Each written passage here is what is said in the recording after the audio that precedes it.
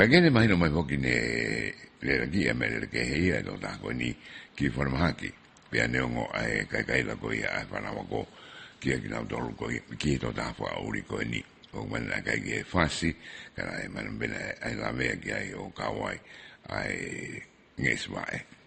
Le wahapok me he tatalaki no me ko e wahamai me tota ko ni na ai ne mo ua ki mo ando e ta o e ua ko osi lo donga ai ne wahau whatongia ko e ofisa polisi ko ne hanga o toka nga ai mo ui ai kakai e whetu ko ni baka rea ko e nanga kia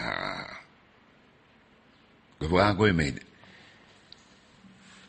tantalaki ko tota ko ni ko e tota ngā ue peni e botu ngā ue ka kumaina me poka e siofi ko e ke horoki ko ia ai tautia ko ni ko ta wene ko mamalu ai ngā ue to langa ofisa polisi pe me poki ne fo de mala ai bitu mo ni ko fo ina kwange e po ma ge o kai fi mari ki e vudu tu ko no tu mange da ki ko lo da ko ni na ia ni ko ka na ia ke ni ko hala me ki lo ta ko ni o ku la wa ka ni be ai ma we nga mo ni me ko to ko na tu kwange po ma nga o mai no ma ko ni wa ki ma ai ta me ni imagina e o no que to imagina e o no que to fra uri amenere.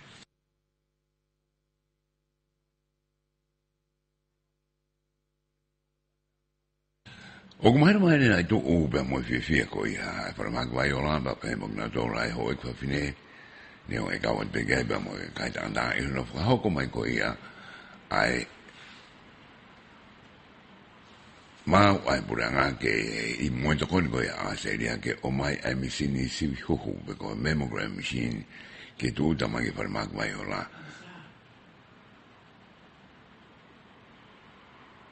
Ai kansa huhu whamore more ke duuta mai ko ia i he ta o ka o. Ai ngahi whako koe ai he tanga i premia e nau whiwhia au pito hiri koe nau mao e tāna ka tau eni me mei waro nai u kai ia misini peheni i wharamagwai o la o tua. Attributed to cardiovascular disease, cancer, chronic respiratory disease or diabetes. Tau whamalo kia seria, te lotoi koni mo wharepang, ke mai wakilu ni mamano koni ki he mammogram koni, ke tokoni ki he kakai whewhine. Mou tolu ka whaengongo, mou te ke ate whai ongongo ko ia. E whai ai, kai ki ngata pe kakai whewhine, ka koe kakai tangata, ke nao mai o sio ka ana ke whaatesi o wala mea pe. Kai ki ano mau ke te klia, mahino koe ki ha mea ki whaatokan kia. Ka paure ua mea ki takan kia, patau tokan kia ke i taimu. Tala ki premia whakawa miriku. Koe whiwhia ka koe whiwhia e tari tā moile leo, ta ana ka wola. I ona tari ko ia ai ofa be mo tokoni ko ia pura nga aseria whengau e aki be mo pura anga tonga. Kaunianga be whomanatu mai, ke tokanga be, ai tokolahi e uke aonga be, ke to tonu be, ke hokwatu be, ai sivi. Koe me te tau me whukena ni anga whahai, whakagege whare ni kimo atu. Koe ngā ue koe ke kansa hu kei whai pe ia. Koe misini pe ia o kulorotonga mau, ka koe pe mau ngai mea ngā ue ke hang koe ultrasound o whai a ke mau hulu. Ka koe ki toi lava ai polkalama screening, ai koe screening o ne lava koe o mau. Wawe taha ai ne mau ko koe ai whautua koe kansa hu i ka kai whiwhine. Koe kansa hu, koe kansa e o klai taha ni hoko koe i tonga ni tatau pe kakai whiwhine ma kakai tangata he figures me mei toko tolunga fultupu i he tau hono mau koe kansa hu. Na mau ngau e mai aki koe screening i, na e whainga na e wawe. Pe whainga na munofu pe nau tolu, i lo pe ia o kuai e whakailonga, kuk nau tolu nau kansa hu. Ka malo klai anga i rifia. Toki o mai pe ko stau tolu fa tau ni mai whainga ni i he nau au mai o ku wha tomui o ku ai taimeni o koe ke lawa ta wha o toi whai o ku ai taimeni o toi whema o ke nau whafolfo e kau ki nau tolu kai toki whakawhai ngofua no whai tapa.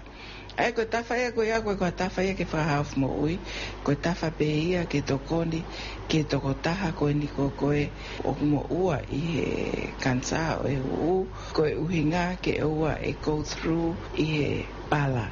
o se mea e kakai tō lai o whonua ko nea au ki he tūkunga ko ia o ku wha o wha e tō tā ko o whakoutua ta tau pe ia pa mai tō tā ko o mui kautau hi maha ki ko mea koe ki he ngahi whakailonga aia o mau inga pe ia ki tau kamata me he ko ha ngahi toonga mo ui o to tonu ke whakaihi ehi mea e kakai whiawhine o ku osi mahino pe ko ki nau tolu na osi kansahu ki mua o to lahi ange whainga maari e toi kansahu he tā ko nau tolu ko anau whaamiri ofi ange ko e toko ua ko e whae na e kansa o ku lahi ange whainga maari te nau kansa aia ko whainga pe o tonu ke nau tokanga nau tolu ko nau api nau tolu 20s, 30s, o to tondo lewa ke nau kamata whenga ke nau ilo o nau sino. Aki ko koe ngahi self-breast examination. Ngahi sivi pe na oswha matala pe e ki mua. Ie upolo kalama ngahi tau mai ko iri. Flat of your palm. Koa ia he taimi shawa, pe ko taimi kau. Pe a hiki e nima e taha ki o lunga he ulu. Ka pau ko te examine to he ma.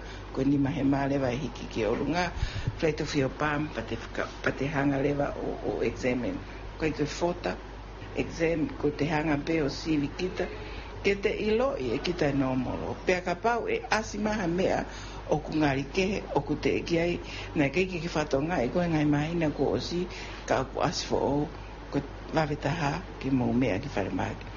Ko mea ku o ku wha mo uno foa e ka kai toko lahi, he o ku ikai, ke mamahi ai kansa hu i ene kamata. Tata whita ki younger generation kau tau i ki fo, tau o fo tupu, tau tunga furu, ko e fibroadenoma. Ka kono mooni, o kuai whainga ia, tena wona tōli ia holo whaito whakatonga mea ko ia. Ka kōsi lawe i pehe toko lahi una o mai, pa mau hulu, pa advice pe au ka pau ke fe mau ke to te ave ko ki he kliniki ko ne ta fa ke ta fa pa pau ke pe ko ke tupe ya sai pe he kai kia taimia e riri wai ai fo ingungu ya ko ni ukta fa kansa o alo kansa ko fo ingungu kansa e tupu mai pe ko fo kansa pe alo pe fo la ko kansa Yena fo mata ta we po ke ne anga pa to ma ke ki to ta ko do be ke to nga I abu ta ma ke una sio ke e fangani e ma me ne asma e fangani e tuai ka ko e po to nga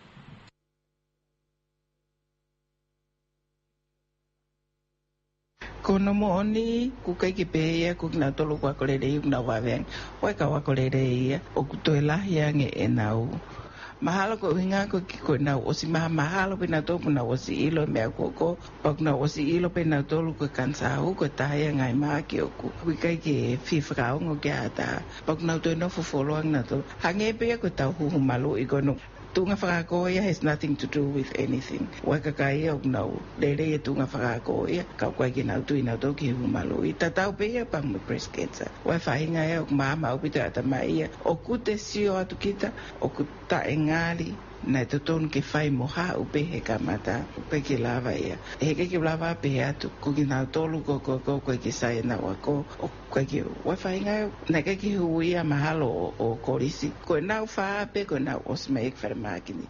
Aia koe kakai pe au nau ngau e mawak pe na to e service e wharemaki.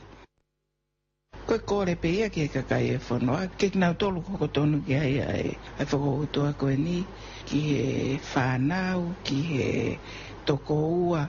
Ai ko kunau ilo o si ai, paha palpalema, o ku hoko, pe ku mahalo pe ki nau tolu ia. E koe lahi taha ia ka wau mai ki wharamaki nina nau o si ilo pe nau tolu. Taimini I wau e tau ua tau tolu. Taha ki ai taha ia, nai tok whatoka ngā I pe he weekend I pe arere mai ai pe. Koe lahi taha ia, kunau o si alholo nau tolu whaito whakatonga, pak nau whatoka ngai ukte kai ke holo I fo panau toki o mai. Ko tukuange rolo ange o kwai lewa whainga maali ke mafola ai kansa me he huhu o toi alu ki ngai kup ke he o sino ai o kawai a te kawai ai mama a o kawai e hui pako ne mafola pe he ki ngai kup ke he o kulahi lewa I mo langa lahi whangata ia ko ia.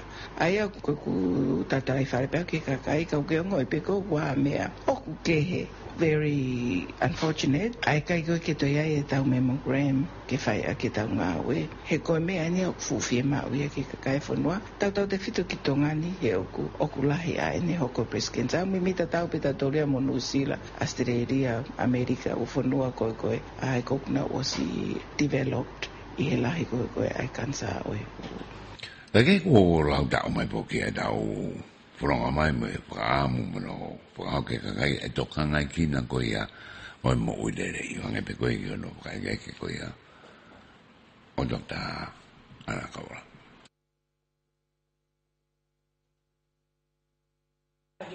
Kau kai ke ai ha whakai ke he ia.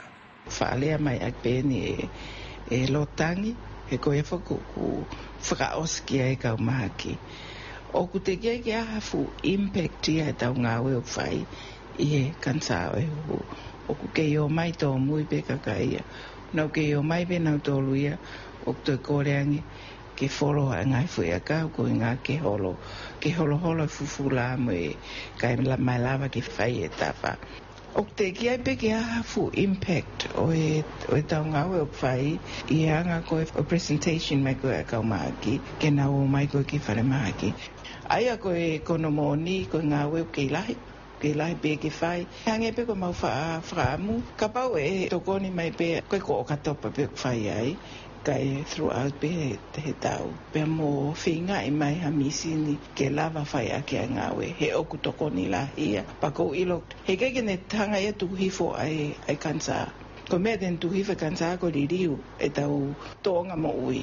Whasisi e kai ngā ko, whasisi e tapaka, whasisi e inu o kahoro. Ko mea ia koe ten whasisi e ia ai hoka breast cancer. Ka koe mea koe e lava he misini o whasisi e koe mate meihe kansa o koe uhinga pe ia mea o kou kei pikitai au o totonu peke o mai misini ke tokoni mai ki ngā we koe nuk whai. Kai he kono tāri ake whaamu koe whai kei koe na whai e whareni ki mu atu.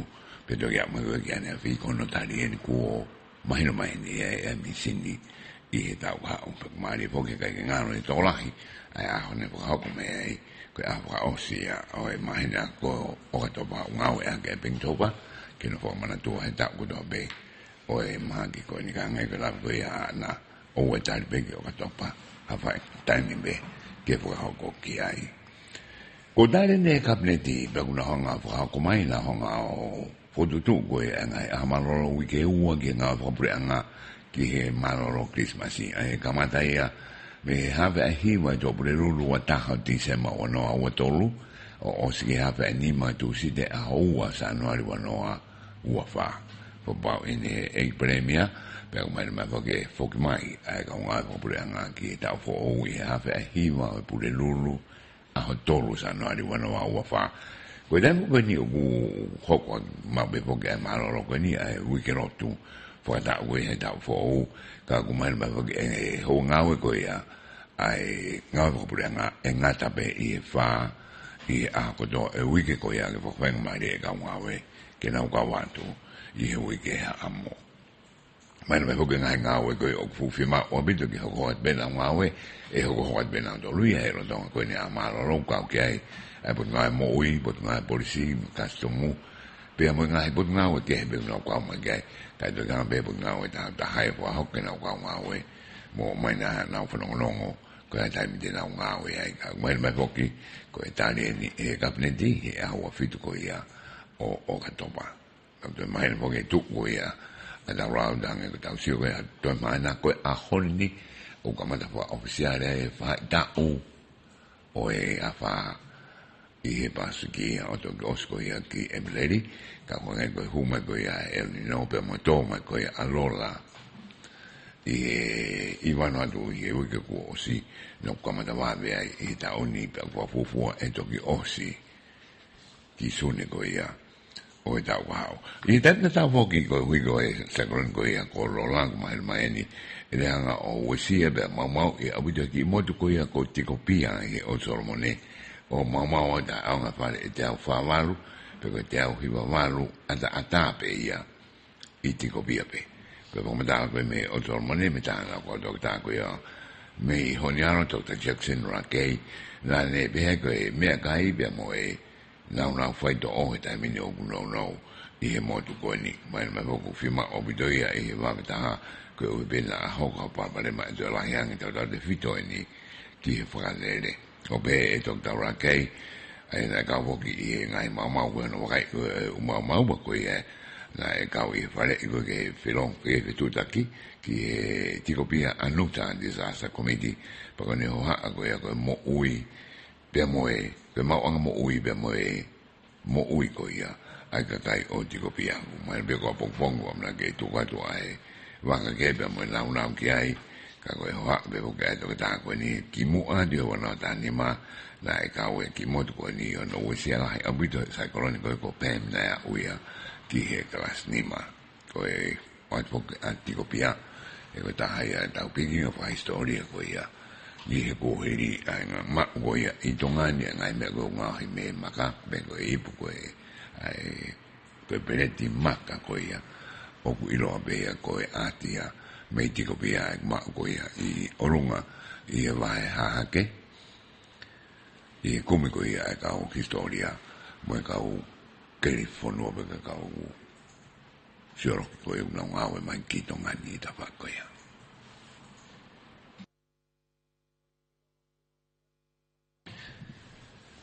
ko mai no mai ni ai ho ha ko ya ai to ko ya ai ba su gi na to ga ko ya ma ko ni ko ha ko ta ko ne ka ta ki ai ba su gi I we ka o ye o to ki be be ko ki ma ke ho ko ki to ha I no we I ko ki mo be o no we ma ai ko da ko ya ko to ni jo ko ma ki ke ka o ke a Tonga ni a mai no ko na o sio ko ya I da mini ai ho ha a ko ha me a ta bo ta mai ko ya I ho ka wa na do bu e we si ai a na ka o I na wa kai ki na we ko ya ka ge ne fa da bu ko ya I to ha o mai ni e po ma da ko ya me e to kon sekretari segnale Amina Mohammed e ne po ha ko ya ai te do ko fa da fa aspe ko lo be ko preparatory meeting ai ko ta ha ne fa ma ki to ngani I ngai mai ne ko to ki hiange o ilo be ko pre-cop ai go lo do fa ko fa da fa mo ko ni Abu Dhabi ko na usio ko to be ni ko ha ai me ko ho ki fa da ko ya ki ri ro ai bu anga fa da ta ya kan be o mai ni tai mi ma ho inga obito kan go na usio go fo ke ni global stock take pe go no makai I go hanga we ai fo no ko fa ho ko ha na palani o amna ki fa ha ko mai ko o hibe ke na usio ko ke o mai anga I fo ka wa sa ni so ngai I lo fo o wai ai ho ha obito ke ngai da fa aki ko ya o ke ya va mai da mini I na fenga ke fa si ko ngai mau ki da fo no fa da mo ya pe bevo ke more mau be ko loss and damage yo no tuk mai ko ya ki ngai fo no ko ya o mama ni ka mai ma fo ki ko global stock take pe na usio ko e fo ka ko le bu ran ko ta ngai fo ta ko ni ke na usio ko to o da I fe ia I da mini ka ko pre-cop ko fa da ko ni Abu Dhabi da mini ko to ni ngai fo no ko ya ki da nga fa to ka mai na nga ya le ko ya I fo da hoko ai ko fa da ya hono wa malu ai conferency ai cop ko no I lo be ko ya ko cop 28 kai ko da we kana lo na ho do ko ya ko fa da ko ka mu sa fa mu ko no nga to nga ai cop 28 o mai na so ga ko fa nga marin ki mama ni ki na tu fa da ha o na usio fa da nga amana le ko e liu ai nga ta tu ko ye da min mo da wa kai mo da tu I fe ni lo ki ai ka ga wa ha wo pho ki ai fa da ko no ko ni ki mo a pe de ko ga fa da I a to no ve ma ga da wa ti se ma I Abu Dhabi o fe la ve ia pe mo fe ni lo ki ai ka man me fo ke fo ma da ko ia me sekretari público ya ai sino con no to ai Simon Steele o le be ko o mai no mai ni o ku fu firma o abito dai ko ni be ko mai par bare ma o donga ha ko ngai vidu ko ke mama ni par be o ku fa ngata ka o ma o inga be dai ko ni ki ta nga o fa ta ka to I da usio fet ko ya ko dai mi o ko ai fa ba ki da hang ke ka da fa da mo a ai I lo ko ke lo ga koe pore ia o ulawe ai tō tākatoa me i tai mini pe koe ni i tai maari ai tō tākatoa me ka mau te tau lawa o mai ngai mea ke sorowa ngai parapare mo koe ni pe koe ni kai ki lawa ia te tapu ia ngai katoa moe ni kau mai mai poke ngai koe ia ni rea u whae whakabama ki nau toru ia mua ki e tawa koe ni kau mai mai poke koe tūtai tai pā koe ia ane awhi mga ia rea pā koe na whakakok tau tuku ai e tai mini e whaitu koe ia o hange o ki i popo uri mai angai tau sio mo mahino koe ha mea e hoko i mamani e sektoa katoa pe ko mea koe te tau sio lewo ki ai ki tau o mai o area pau whelotoi whakataha kotoa ki tau tuku pā ki tau hanga o whakao koe o whima ue mamani ki tanga eilo koe hae mawe koe tau ho whawa ngā oe koe ni ko whee a hara whanonga tau waru koe ki ai ka mau ki tau amanak lere koe ni whiliurak ai ea koe tau whitu u toke lau ia o ku whima u e hara whanonga ki tau whanonga ki toke lau o ikai ki tau toi he aka ngai tikiri ki toke lau ki hivo moe o mai koe ia a ngai whututu tai tai pau o ku ke ia māma pe ku lahi me ngai mea koe ia ki whakahau koe tamini heka ikai te tau wiku ki tau toru ki e tahi koe ia o Greenland kai tuku ai Northern Star ngā tau tau mō ki ai.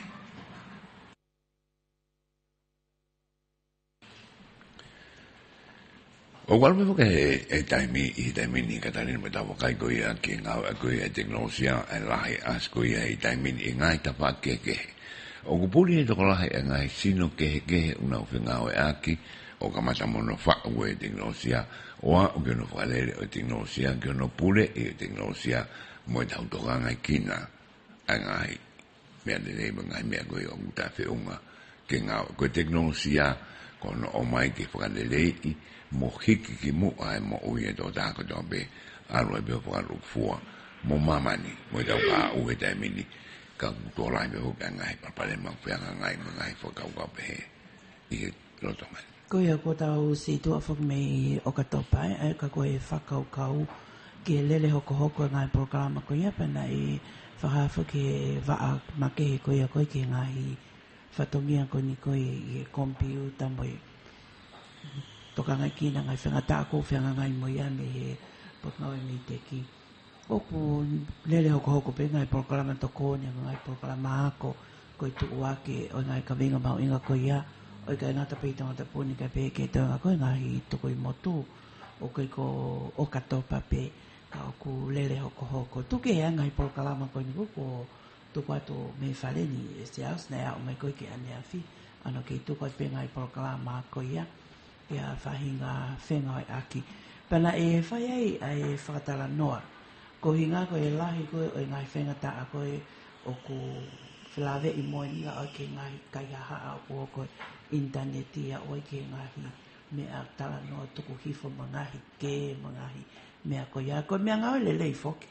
I taimko tau ngai lelei aki po ke taimko ngai koe aki o fu mata aki whatu tāma ke au pito peo koe ke whalala anga. Ka ke koe nea whiwhoki na e whakawhi i mai ai hani ihi. Ia ni i ke nau mau whenga mahali o nau mo ua. Kana e lava mai ai ai CEO, ai tohon CEO koe pot ngawe ke tānak pānga pe mai kastomu. Ko tani la sila. Pe heki he ke tō tā koe au ku pule i e waa koe ni koe ki ono toka ngai o e ngai mea whaka interneti koe ni koe pe IT koe panke langa whakalakalaka koe a Tonga ko ke poeri talau kai uma whaka lolinta maue ko ia une tonga e ngawe whaka marketi ko ni koe panke ko ngā ko konga lai whaka ngai koe whi awe ak paanga ma ngai mea te hangai koe nau pokalama awe paanga pau o ku whakate fito i he interneti ko kata whaklai whaki hangai koe koe kau tori moe ke nau tolo ngawe koe ngai anga i muri ka koe ngai pokalama pehe. Pena e whamatala tani la sila. Whilawe i koe tau mua koe whakaukau o ku malu i whewhe. A ngahi ngau e mau inga ko whakahako ma. Mitu koe kautaha koe pot ngau e koe ne pure anga koe pot ngau e o ku lahi ne ngai whatomia pia mahu ingai. Pena e whamatala tani la sila whilawe i pia mo ngahi whonga o pau ke nau hanga ngau e aki. Ko i ngā ke kei lava. Neong hangai whainga ta. tau whakaukau ke hunga tonga mo, hunga hapai mo mea koia, kau pos tūtai be mea ngawe. Ko e talme he ua whetu pū palane potu ngawe, kon o mai ngahi mea ngawe wha teknolosia ke ngawe ke potu ngawe, pena e kamata e waf mawha, waf manima, kon o mai ngahi proklama ko ni o ngawe ke potu ngawe, pena e pono uhinga, kon o mai ngahi proklama ko ni ke ngawe ki potu ngawe, ke ula kipe ki whaingofu ange ai ngawe ai potu ngawe, kon o ua pe ke lava o fasisi ange whamore kakai tutong tuhau, tata fit ngahi mea whaka pepa mo o mai ki ofisi mo ngai tawhako ia. Pea koe tau rupe ke lawa toi whama popo ange ai rekodi ai potu ngawe, ke maa wange pe toi wawe ange ai ngawe. Ka tofa ke ngahi mea kon ko kalanoa ki ai i he programa whalalaka ai potu ngawe, pea kukawai me ngai potu ngawe pure anga, ke toi wawe ange, fasisi ange whamore, pea lawa tau lelei a rekodi ai potu ngawe. Koe koe taim kuk whia mau ai ngai rekodi ai potu ngawe, uraki wawe ono o mai ai ngai rekodi koe a ua, kus lawa pe ngai sistemi koe ni o mai ngai ripoti, o whia mau kai toi re whaha ngawe, ana toi whika i ngai ripoti koe ia, ka kosanga pe ngai sistemi koe ni o whika i mai. Mako e konga mau ngataha pe ko rekodi ai potu ngawe o ku lawa o tauhi heni, lawa te tauhi nusila. O lawa tauhi heni, lawa tauhi nusila, ko hiki ni hoko koa whaingataa. I tonga ni, hange koe whaingataa koe na tau si tu agi ai. O lawa po tauhi rekodi nusila, ko ni osange pe malua tu pe koe whaingataa. O ku osi whafoki me pe rekodi pe le nusila. O hoka take ai ngawe potu ngawe. Whakata whukene awa ke whonua o mai heni. Saya ke more pe tau mua tuku hau le tau toki tuku hau. Ka pauna ka whai taimi koe rina ki pepa. Kone more a pitoia rekodi e te maa rekodi. Ka koe ui koe ngā unu koe nu whai he potu ngawe. Tau malu iai. Ruaki o malu iai rekodi. Pea moe ngawe. Ai potu ngawe i ngā koe no ku mau whakahoko i potu ngawe pea o whakalakalaka i pe i tau kotoa pe ngahi mea ngawe ai potu ngawe ke whatatau ki aloa e taimi pea mo e tūkunga o kau iai au mawhinga pe whakalakalaka kau ai an whakalakalaka ngai programa ngawe ko e kastomu mai ngahi missing scan na mo mea katoa ko ia katoa ngai mea ko alu katoa pe interneti o mai mo e mea ngawe ki he ngai wharekoloa tau ia ngā rekodi wharekoloa, kon tau kamatanga o aki, kon e whahupe rekodi whakatau wharekoloa, maui office.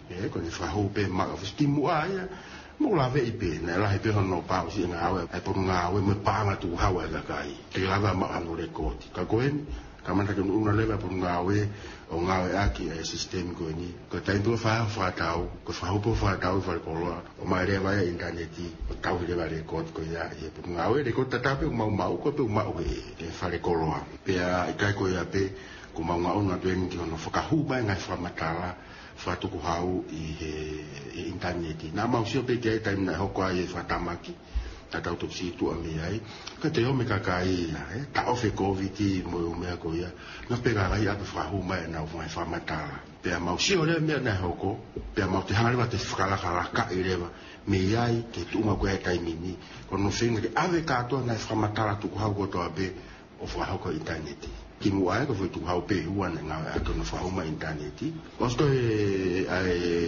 mea koe nai hoko he COVID mo ngonga, ngare wari riu rewa e taumua ngā e po ngā e wharea mo whararaka e mea koe ka hoka paro parema o lapo ngā ke interneti. Uraki, kau ke nofo i uta, ke lapo ngā ke interneti, whahuma whamatala te whahala. He toi whawawave mai ki kolo ke hau kiu. Kau kei motu, vai ngai resort e whanki motu, nga pe whahume iai. Pe kai koe pe ulawa pe mo totongi, transfer pe o totongi alkohol mo. Wahange pe o tau totongi vai mo e pila uila, mo e utafa ako ia. Ai hangulau ai nai, tau mea wau kai potu ngawe, katoa ngai mea koni, ke whalalaka ang service ai potu ngawe, pe te tokoni, pe mo e taxpayer, e ngawe a taxpayer. Vi pe ke lawa wame, malu ia mo ne information ni tokon lewa ke pure anga mo potu ngawe taimi mau e ngai whamatala ko ia tokoni a lewa ai pure anga e no whema whawawa ngai me o whema o ke rau whamatala ki tua e te ngawe potu ngawe kono malu i kau awhonua e ake malu i kau awhonua ki mua foki atu kakai pe ngai waka ia whasiosio holo ngahi potu kai kua tongani na waha ngahi waka ku kai whakarao mai tau tai vi fitu mai ngai kula whaitapui taimini ko siai e proklama mo sistemi e po ngau whenau akia ngai kupekau ake fonua una lape na tolo siofia e ngai potahe pasiki mo tongani ai waka au mai tongani e numa pe waka i tongani o ko sima una lape na tolo mau ien pagai pe waka ke ku mai ale levan i ko ke nao ke so dia po ni nao ke o waka i waka ko ia ai ko tala no le ke me na tana ke mau inga ko interneti e tokanga ke ngau ko e potunga ki mu afo ko mai container ko tape wa hakule se fu time lai ko hakule container ta fu te fa no a ki to ko fu time lai me ko a ko ia ko pa ta mai baka a honi ma a ya tolo no a mai ki tu te a ngai container si ko no mai ko ngai machine scanner mo ma ko to ko ni a pito ke va me ko ngawe to ha pe sistemi o to pe ngai na pe ya tala ko lo fa tap tapui unu leva container ya ki fa tap tapui na to ko sai au na to lo sai pe na to kapau na ko time ko ka ka pe sai mo kai sai ko fa ta haira ke ta pe bu viso de pe kiloto ke loto container ka ko me ko time ni ku lava ko ngai me pe to ko pe o ke fala ka i pe pre anga ya ke o mai pe mo me anga we ma ke me to ta fa to ngai lina o ta alta to ve ka fa ta ha o na albe mo na to fa ko o ma no step na to le u ki mu e na fenga ko ke malu e na ko la fa ta kapui ta no ngai me ko ni interneti ta fenga ta to ke malu he o sa na to le me na o na ngai fo i software na to me ngai me ke fenga ke na hu mai ki lot ke na to ngai fa matala ko e ai kakai ke na lava ngau aki ai pa ko me re ko fa ga ta no tai ni ko to api o fa leva he po ngau ko tu ta tau pe me panke ono fenga e pe ngai po kalama ke lava malu ai famatala ai kakai ko te fito e programa ko no malu ai famatala ai kakai ke wa iloata ke famatala ata e polkalama te tau peo nge ko e famatala ko tu mai to kon CEO e gastomu be mo e potngau e tana panga ko e purenga tane la sila na e famatala ya ke pueli talau ko e to tae ne to nga e nga hinga fo computer ko e panke langa fakalakalaka o tonga ai ngahi fatongia te fito o kuna ufuesia ko i pe ke whawapaui ai malu mai hao o me ngā oi mai ngā oi whapanke. Ta o e fitu ko osi ko e anga maheno e fua fatongia na e whakahoko whakaloto wharepe. Ka i he mawhao atu ai nima ngā oi panke ai whanua ke whakahoko fatongia ki he kakai o tatau pe i tongani pia momuri na e mahino lewa mahoinga maari ke whaiha no hiki haka i tuunga malu o ngahi mea ngāwe we he tuunga pehe na e whaiha no sivi o ki nau tolu o ku anau tolu a ngahi mea ngāwe ko konga uruaki na e whai sio ki ai ko e ngahi mea ngāwe ko ia o ku whalalaanga a ki nau tolu o ku anau tolu a ngahi nau ko ia ai ko tā noa ki ai ko ngahi nau whahoko aki ai whetu taki whaka network ko ngahi seva o ngawe ak i he konga whanau ia ko e konga hoko mai ki ai o whai sio ki ngahi polkalama ko ngawe ak i ngahi nau ko ni o ku whalalaanga whewhe ko konga hano tolu ki ai o ku laisen e ngahi mea ngawe ko ia ko hi ke whakapapau ko ngahi whakafo'ou o mea ngawe ko ia o ku lava ke whakafo'ou mau pe e taimi o toton ke whakahauka ai ano whakafo'ou ko e anga ia ko koe o e sio me he tawhaaki whakamea ngāwe ki hono whakapapau ko ngahi mea ngāwe ko e ni te nau lawa ngāwe lelei ko e konga hono wā ki he palani o whiema ke tau palani whalelei e tau ngahi whakahok whatongia o kau ai whoki e tawhaaki whewhe ka hoko ha whakatamaki ko e whakatamaki whakanatula katarina ko e mea ko ia ku iai pe taimi o tau iai o kua mai pa no ki taimi ke tau teiteu ke ai ka pao e hoko ha whatokanga a wha e lawa pe ke whatokanga hau ika nai tahki mua ke tau teiteu ke ato hoko mai ko e tala noa ko koe ki he cyber security mea pango pe he ku o kaikaha taimi whakatokanga ai pe ko e mea whalolo mai ha hoko mai e whaingata ko e ni o ku ikai ke tama teiteu ki tau ki ai ko ia ku pehe ai whapapau i he pange ia ko pau ke mateu teu i he halafononga o kune teu ke whahoko ake ne whahoko whatongia. Ko e lolo tongani foki, ko kamata ke tuatu he pankea ne ngahi service ke kakai whonua. Pea wika ika hame e toi mahau ingangi, i he ne tu ko ia katarina. Ka koe whapapau i he pankea ko service ko ia, o kuma watu ia ke kakai, o ikai te whakailolo ngaua, ai tu unga malu, o ngahi service takta koe. O mahino peka te kumau tōlu ia hono, ka waha mai ai ofa hatau ka ngā mei muri, whaseniti. Pea kono whafolau mai ai ofa ko ia. Koe toki iongo whaingata ai mo i kai ki whanongo ki ai hata. Ka whaiwhai ange ko hoko ha whakatamaki i he hala whanonga o e seniti ko ia me i tuapure anga ki tongani. I ha ane uesia i he whainga whakatamaki ko eni o ko whai ai tala noa ki ai. I he wheo i whlawe i pia mono tokanga i kina ngahi mea ngā ue koe ni tau te whito i ngahi whamatala mau inga ke ona whaiwhai ange ko ue sia pe more pe iei mohani i o kun i kai ke totonu ke nā wao ki ai ka oku iei ai ngahi whaingata a piau whahoko pana tala noa i ke pueri talau ki he ngahi whatongia mau inga koe ni i e taimta tau o ki kai ngata pea te kinau tolu i tua, ka mau inga moi tokanga a kinau tolu i ngahi loto i kautaha, pe koe ngahi potu ngāwe, ke oua e whaiwhange ko hu maha vailasi, pe ko ngahi mea tene uesia, ai ngahi ngāwe wha kompiuta i loto i kautaha whakaloko fua. Ko urak ta whaaki, ta whaaki koe na ngahi potu ngāwe, ko ngau tōko ngau provide ngahi service. O kumahina o ngofua pepe, whai ngofua pe ia, ko hi ko ngahi nau ko whuatu ke whahau ko ake ai whatongia. Ke tala, ai hao palparema poko.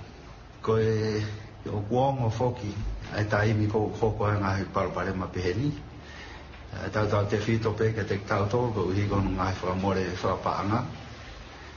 He ko taimi ko hoko ai ngahi cyber security incident, ko no whatu tamak taha ko e lawa ke loka ngahi tawhak mahau inga ngahi system whikau akpa moe paanga pe kai to e lawa whakahoko whatongia ai ko mea pe hoko ko pau ke tau totongi ha paanga lahi kia te kinau tō ngau whakahoko e ngau e paanga ko ni tō pure anga kai tok lawa ke hoko ata e tau tō whatongia ko e tawhak ko e taha o ko mātoa ki o ngoi mō ni ko tau kau end users, pe ko ki nau tolu, ai tau kau customer, pe ko e ni ihi, o kui kai ke iai ha sistemi e kene, whai hano malu i whakafo i tui, ai nau ngahi mea ngāwe.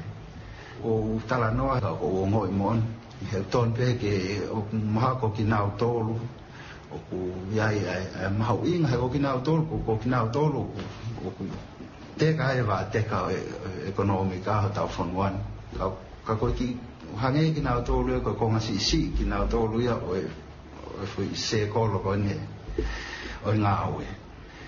Ka koe taim kou hoko ai a palpare maka te ki nau tōlu o whalolonga au pito e koe ki aha nau kai ki aha tokoni ofi tokoni ki nau tōlu. Pea koe klawe rewa ke tawha koe ni koe haa e mea e panke e whahoko ki he mea koe ki he tūnga pehe pe koe e users koe Teu reo hai pange ai yako ko uhi ke whai hatu e mahino angi ki he kia te kinau tōru ngau ake ngai sevesi ko e hā a au te ke whai ke malu i ai uraki ho mea ngāwe ko ua ke ai ke ilawa access a ngai service ko provider te ngai service providers pea o mai rewa ai ko tui pea ko ngai programa ki mua Katarina ko swai la ve ki ko ha ho mea e fai ka ko fie toi on pea ai whakau kau ko ia he fia fin ko whaam ke mahu inga maari ki tō taha tau kau any users ai mahu inga ke te tokanga e te ki mea ngau te ngau aki ka pau ko telefoni o ku ke ngau aki ko ia tene whakahoko koe ke ngai banke ke ngai por ngau e pure anga pe aku o mai rewa ngai whakahino hino a whaingo fua pe ko pau pe ke te sai mau pe ke te upgrade te ki telefoni ke te ngawak mau pe te telefoni o sa ta ni ma ke ngaw le re pe e lava pe ke te fetong te me ngawe ka me ngaw to ki fo wange e ko me ngawe fo wange kwa we monopol kala mau to ki maruang ki hono ngaw ke access na service internet pa Viai pe mo taime taha Katarina tawanga mahenya ke taim tau safe pe tau o ai ke nga site ko interneti o ke fe hu ia ko viai pe te alfa site ta pe mai site ko ka ta download ya te programa ko ni ten fa va ve ho nga we ten malu ho nga nga we o ke taim tau fa to mo fu i he ngai Tonga Vake ni Pero ko tayo mo te ke hanga download te ai programa ko ni ko whakataue re ni ka ko hanga ia whakawa hamatapa me ho me ngawe ke hu mai ai ni ko ni whakahoko e ngai ngawe pang ko ni tau mai me ngawe ko o vetala nai pe ke te ngau tolu ai ka whanongo mo e tau whanau te ke alma o pe o kum tokoni Kia teki nao tolu whakapapau te nao toko ni i koe. Kai te ke tō ngofua ke ngai whakatau ere. I he internet i hano taratu e hata ke download ta whanga polokalama he tene toko ni i koe. Ka kohono i koanga e hoko ai whainga taa kia te koe. Maha koe konga pēko ki whelawe kai. Ko popo pene ke whamatara ko whai ke pū. Koe ngata pēi tua. O koko pēi loto he kaunga awe. Ko taha ngai teke malohi e aho ni kono ngai ke social media ko fui teke ko ia o pulahi ni hoko he tautupu pe patongai hua lahi kai mini huma ke ngāwe ka tautupu ta hoko le fui teke ko ia ke finge nau huna tole he mea ngāwe e potu ngāwe ke nau ngāwe a ke social media pe ko hango lawa na e mai ke puhana to whakaawai ngai matapai ke huma ia e ngahi vailasia ngai ke potu ngāwe mo sistema potu ngāwe mau ai mea ngāwe ko e potu ngāwe. Ko swaipe he potu ngāwe ano malu. Ko te huki he, ko staff huke to staff. Ka malo hea beto e to tupu ya me ka mai ke aho ni. E nau ilo e nau tole ngahi mea ke. O huna tole ke ngahi fo i linki e. O hu mea i ki he Facebook ka. Ngāwe ake e nau tole. E polo ka i umea ngāwe. Pa hoko e palopare ma hu mele vai la sia. E ngahi sistemiko e ngahi potu ngāwe. Ai ko mea ni hoko apito i e ngahi potu ngāwe.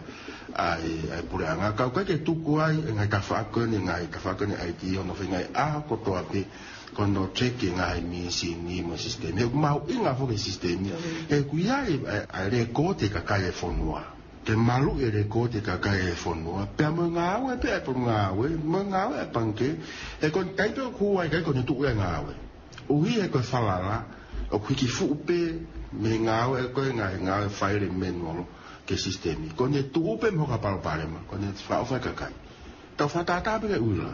Ko ne mate pe koe ula. Ko te lawa hanga awe, ko tari peke mo mai ula kasi lawa sewe se kakai. He kuiai ai ngahi information e kakai. Ko ne mate pe interneti. Ko vai interneti. Ko ne whaofa kakai. Si o mai kakai o tari ka aua ko mo ui e ka lawa whae te ngahi.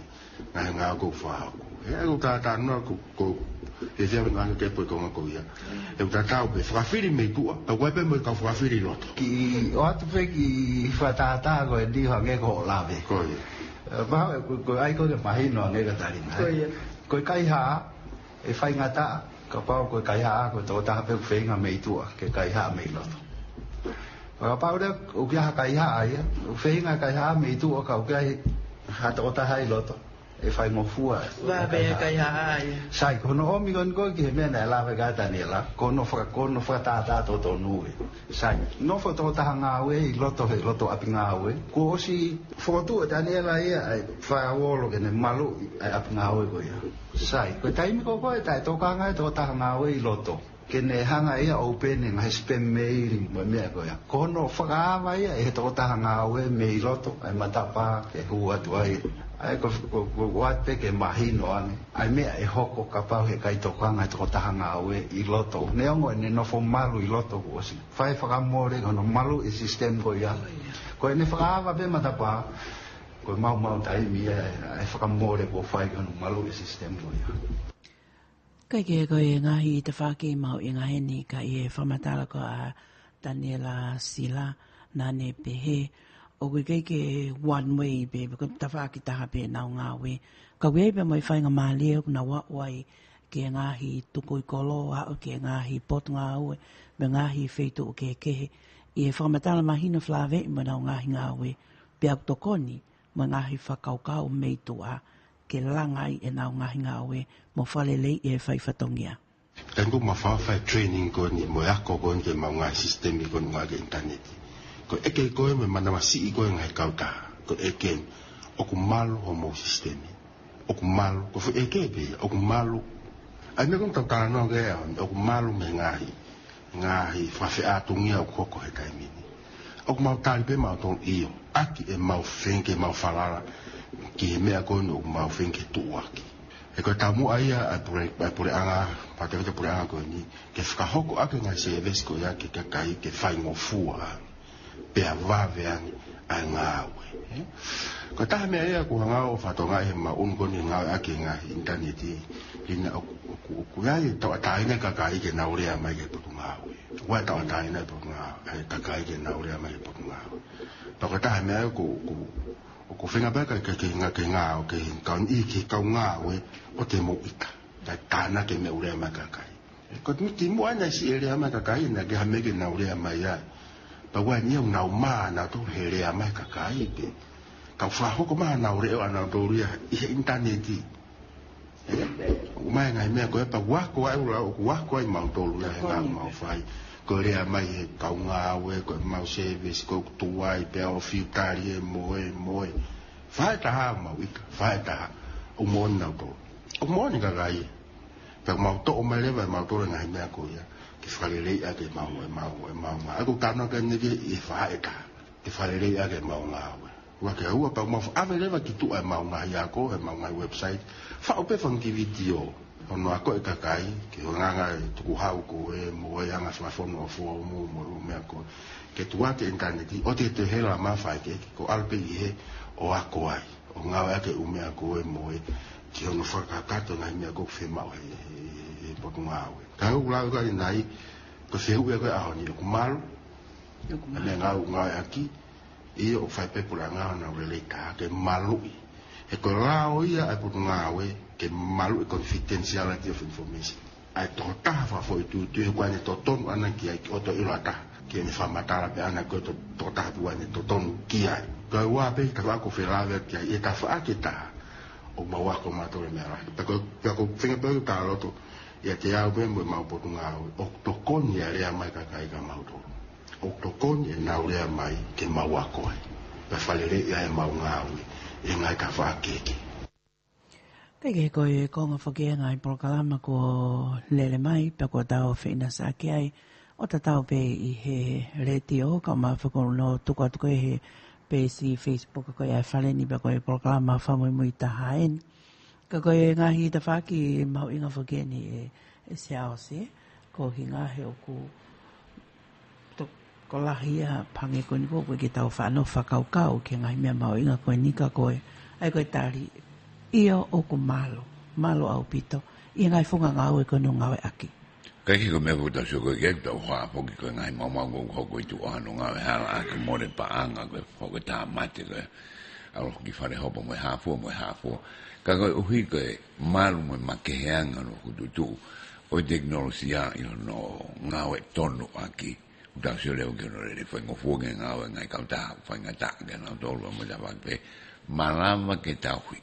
Ai ure ko tina ni vela be pare be o se ko ye nga ta vak pe au ta se le ki po nga u me na nga natura na nga ko ya ai makke he ang be ko ai pe ma ona do ke ka malama e de no se ko ni ka hoko ke malu ke to nga tau dere nga u dere ka fa nga ko lo pe ang ko ngai lai peri ang ko ngai ka hau whake tai mine, o hau mei he ta whaki koe, nā tawanga mai naki, ko ngā ka hau ka vela me koha. Ngai mea koe ni hunga tonga, hunga hapai mo i ngahi. Sai kolone mo ngai mea pē, koe more ea ngai mea koe iai, ka ko awe ale wa ke fonga fa no poni ko internet i ono tau hi ai ngai mea ngau ko ya pe ange kono ave ke a to fe tu ngai ko kono sila e fa matala kon tau fa no mei ko e fa o se ngongo ke pong a honi me le lau mano me mala si poti ma lo mo do si le rei mai ho ani be a fra o de be ta ja fi fia ta ja ma fa na ki he da wo ko ai mala e o e si poti tau kamata tu pe he me he tau nga he ngongo fa lo to fonua i he nga spoti fa lo to fonua ko tau muy mai ai i mala e ko ia o e soka o kotofa i be foki ai mala e ko ia o e soka i walongo fulu ko e final ko ia ai fiahi ai nga timi tangata kalasi uruaki pe ko e premier hiria ai kakato ai ngo semi final na fa ko ia e fa singa o e wike ai ko e he ola ko ia o e fiahi semi final ko e semi final uruaki na fitaula ki ana toka be mo folaha pena mahino be ai wa ingania ai whakawa o pe timi ko ia anau toka o se taimi ko malohi anau toka ko ono ki he noa tuku mai me he kau taha soka a Tonga o e kau akakai ko he timi anau toka ko nuku e sau ko Timote Mamaloa Henry Whakawai Alexander Hola ko William Foriaki ve mo Joseph Muavesi nanau taktaha ai foikai i he wainga ko ia sem final hono wa i le fetaula ki ko ia a veitongo pe mo nuku he tulu na e hikuna ia e nuku he veitongo kada hikuna ia veitongo pe na e star tu ki mo ai be foki ai tangata tau whafonua ko ia ai soka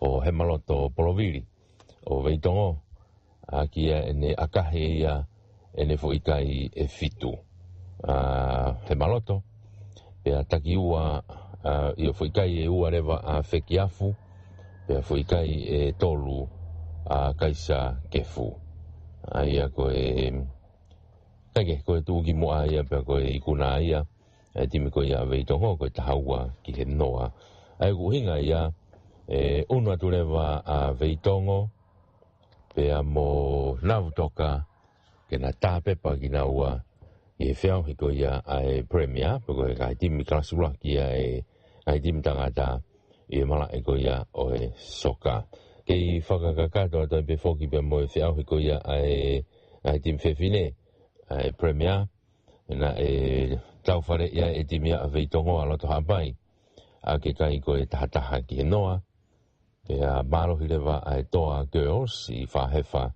ko e nima ki he noa ne tu e ko e whakasio si pe ia ngai whiau hi ko ia ai riki i he mala ko ia o e soka ai ko mahino e ko semi-final ai ngai timi tangata pa final ai i he whiau hi ko ia na toka pe mo veitongo ko e tu ko ia ai ngai timi ko o si na whiau hi ko mahino ko e wike ko si ia na iku na ia ai final ko ia whiau hia ai ngahi timi tangata kalasiwa na iku na ia e he timi ko ia a hamoko aki e na malohi i longa teme ake kai ko wha ki he ua ai ko hoko e timi a hamoko ko hau ia o e whiau hi ko ia ngahi timi tangata kalasiwa whika ua tu kia longa teme whika tolu lewa longo ko hi he na kai ke lava mai timi ko a hihifo ai ko mai po ni longo na tau e tolu mo fa pe a ikuna lewa ia e longo whika tolu pe whika fa lewa ai timi ko ia a hihifo ai ko ne tu uia i he whiau hi ko ia ai mala e ko ia o e soka e ne tu ko he taimini tau ki i uno tai pe ki he mala e whakawaha pureanga ka koe akapulu ai fuaki pare whakalanglang i ko ia o e tau ai World Rugby na e whakao koe pe whokia ane whiane awhi i Whalansea ai pe koe whakakakato ia o e tau o e ipua mamani ko ia na tau toki si tu abe mei ai hau ko ia mamani timi ko ia ai Springboks a South Africa e ko timi be ia he taimini ko ne tohi ko tu fa ni kuna ai fia hui oi po mamani kai ko fa ke pare ko ya oi ngai tu ki mo a to ko la hi tu pe ko fa ko oi ta una fa kia ki fa ko ya ailani Andy Farrell ko fa ko ya oi ta u ko vai nga whakalaka o e tau ne whakia ki kapakau ko ia ai Olberegi ko Mark te lea. Ko fwoi tatao ko ia o e tau ne whakia ki Duan van der Merwe i he ne fwoi tatao ko ia he tau pia mo Englandi. Aia ko e tatao ia o e tau i he timi ko ia Scotland ia. Ko e pare ko ia ai ko pare ia o tau ia tatao ko whakamau ko o tau ko ikuna ia he toa whamau ailani ko ia ko David McHugh ko toko fitu ko ia kakai whiwhine whakia ki Taylor Nathan Wong o Nusila ko toko fitu o tau tangata whakia ki Rodrigo Azagrow o Argentina ko ia pare makehe foko ia ai tuki moa ko ia whakaluku fua ko tau pepe ko tataki o akapulu i he hanga ko ia o mo ui whakia ki he Captain Maroro ko ia South Africa ko John Smith ai ko Special Merit Award ia John Smith ko i he kaua inga tuki moa i he whanga kon wharere ko ia o wainga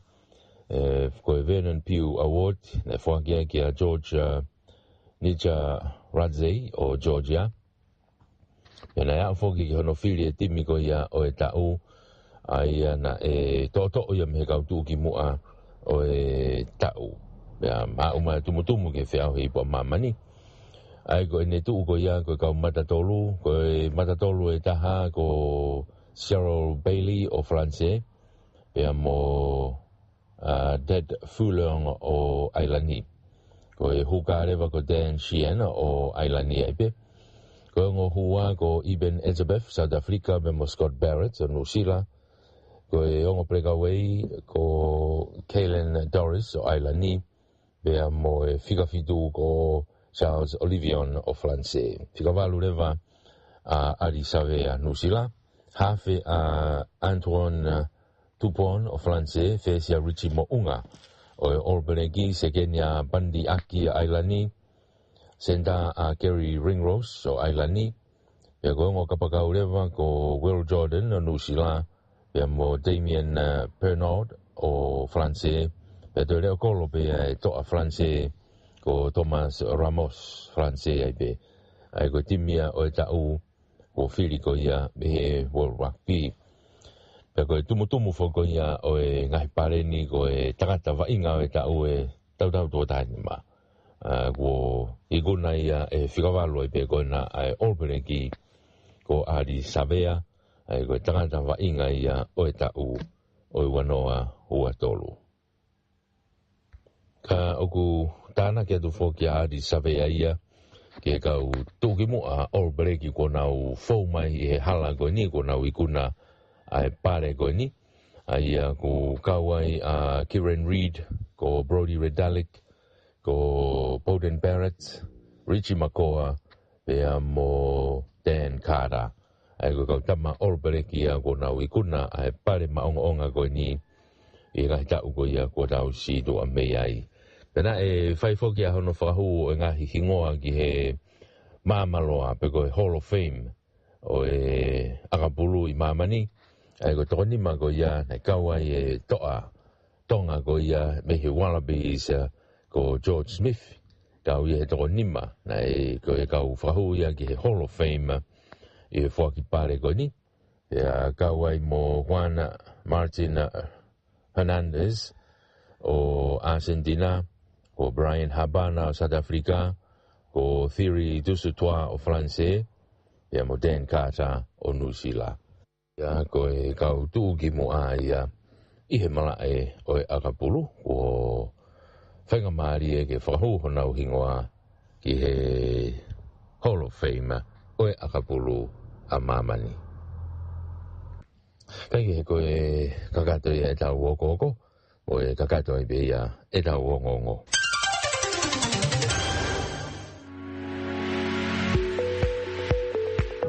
Is your home protected if the unexpected happens? Tower Insurance has flexible house coverage options to suit your needs, so you can sleep easy knowing a home is protected for a wide range of events and natural disasters. If you'd like more information or a no-obligation quote, visit towerinsurance.to or give us a call, 24066. Policy terms, conditions and exclusions apply.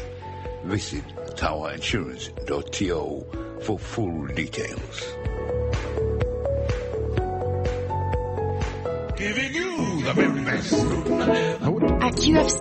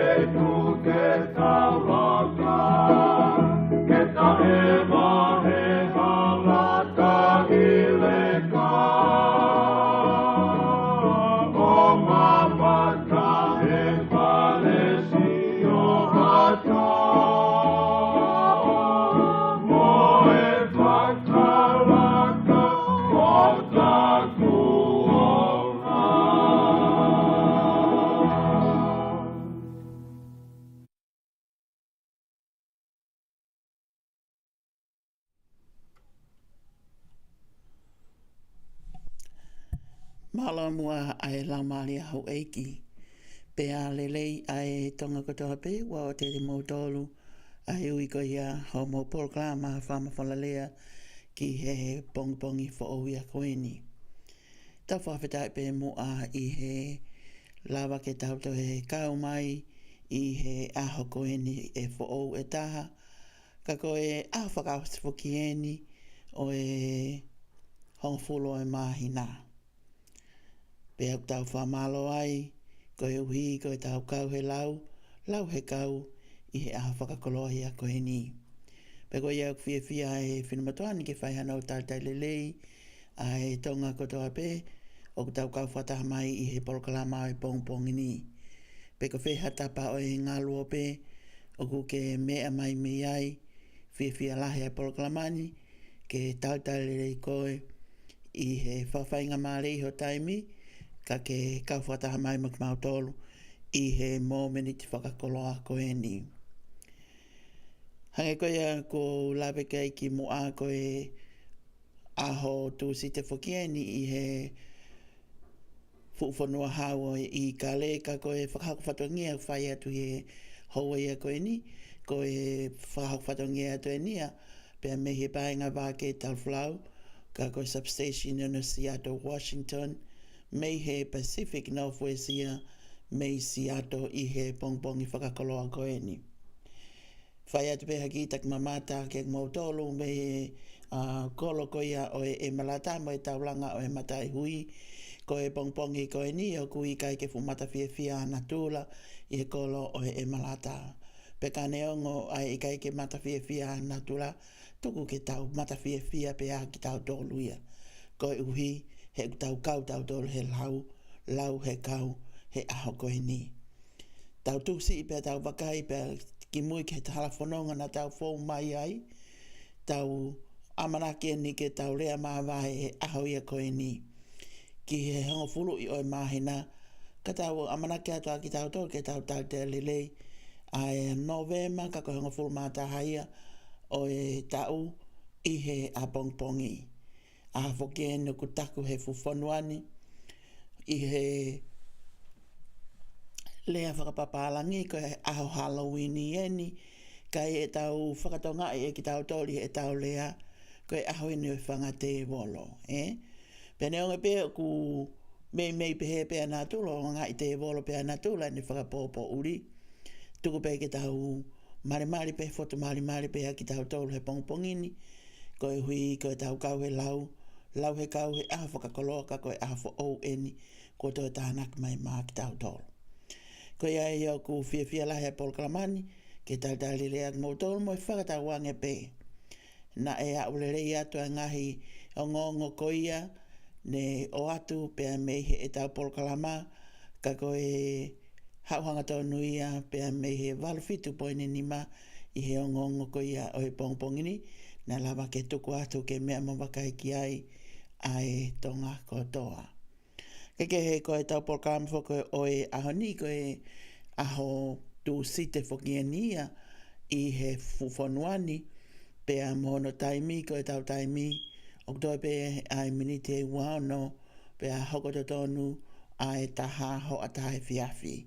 Ka koe Pacific time ia, ai toi, ai minite wano, pea hoko to tonu ai taha i he kolo o e malata ia, mei he Pacific Northwest. Pea koe hui ko ene pehe, koe ahatu site whakieni, whawhofua nei ki he hoko ai taha, waha taimi ko ia taha, pe ofi ki ai, koe polokalama anga mahenia ai polokalama koe ni, koe lawe ia ai tonga, pea ka he ohili ange ko ia, te tau te hoko rewa ki anga he polokalama, e makehe ange o ka whainga maari e tau taimi. Kekehe, malo mua ho mou lelei, pa malo mua lau maari hau eiki, pea lelei e tonga kotoa, o tau o sia mai ai aho koe ni. Wheweke atu hatau taho e tau ngai hiwa o he pongpongi ni, kene whanawnofa ki tau tolu he pongpong koe ni, pea mo he kamatanga koe ia o e tau polokalama o e hoataha e koe ni, ka koe hoataha tu site, ka koe aho ia o e whangate e wolo he ahoni. Nenga pe ko e Halloween Day eni, pe ko e hange ko ia i he tau lea, i he tau lea whakatonga, le liurea aho e whangate e wolo, o te tau whakate e wolo ai ki tau tolu, he? Tau happy pe ki tau tolu, hange ko e lau ko ia ahiwa. Ai Amerikani, happy pe a ki tau tolu. Ai ke? Ai se manu mo ai mo taha ni ngahiwa mali e o e he fia fini o atu ia pa mai Tonga kotoa pe o ku tau lono ku i he paenga Vake Tali Folau i he pongpongini.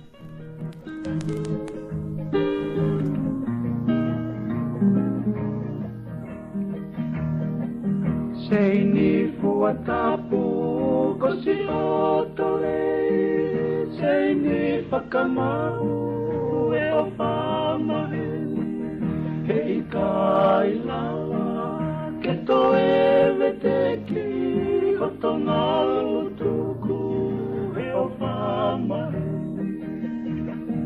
E te siweli, fio e malata, a me tisi o e mai le e taha, sila whakamau, e te fua kawa, me tapu ke vete, peto e taka.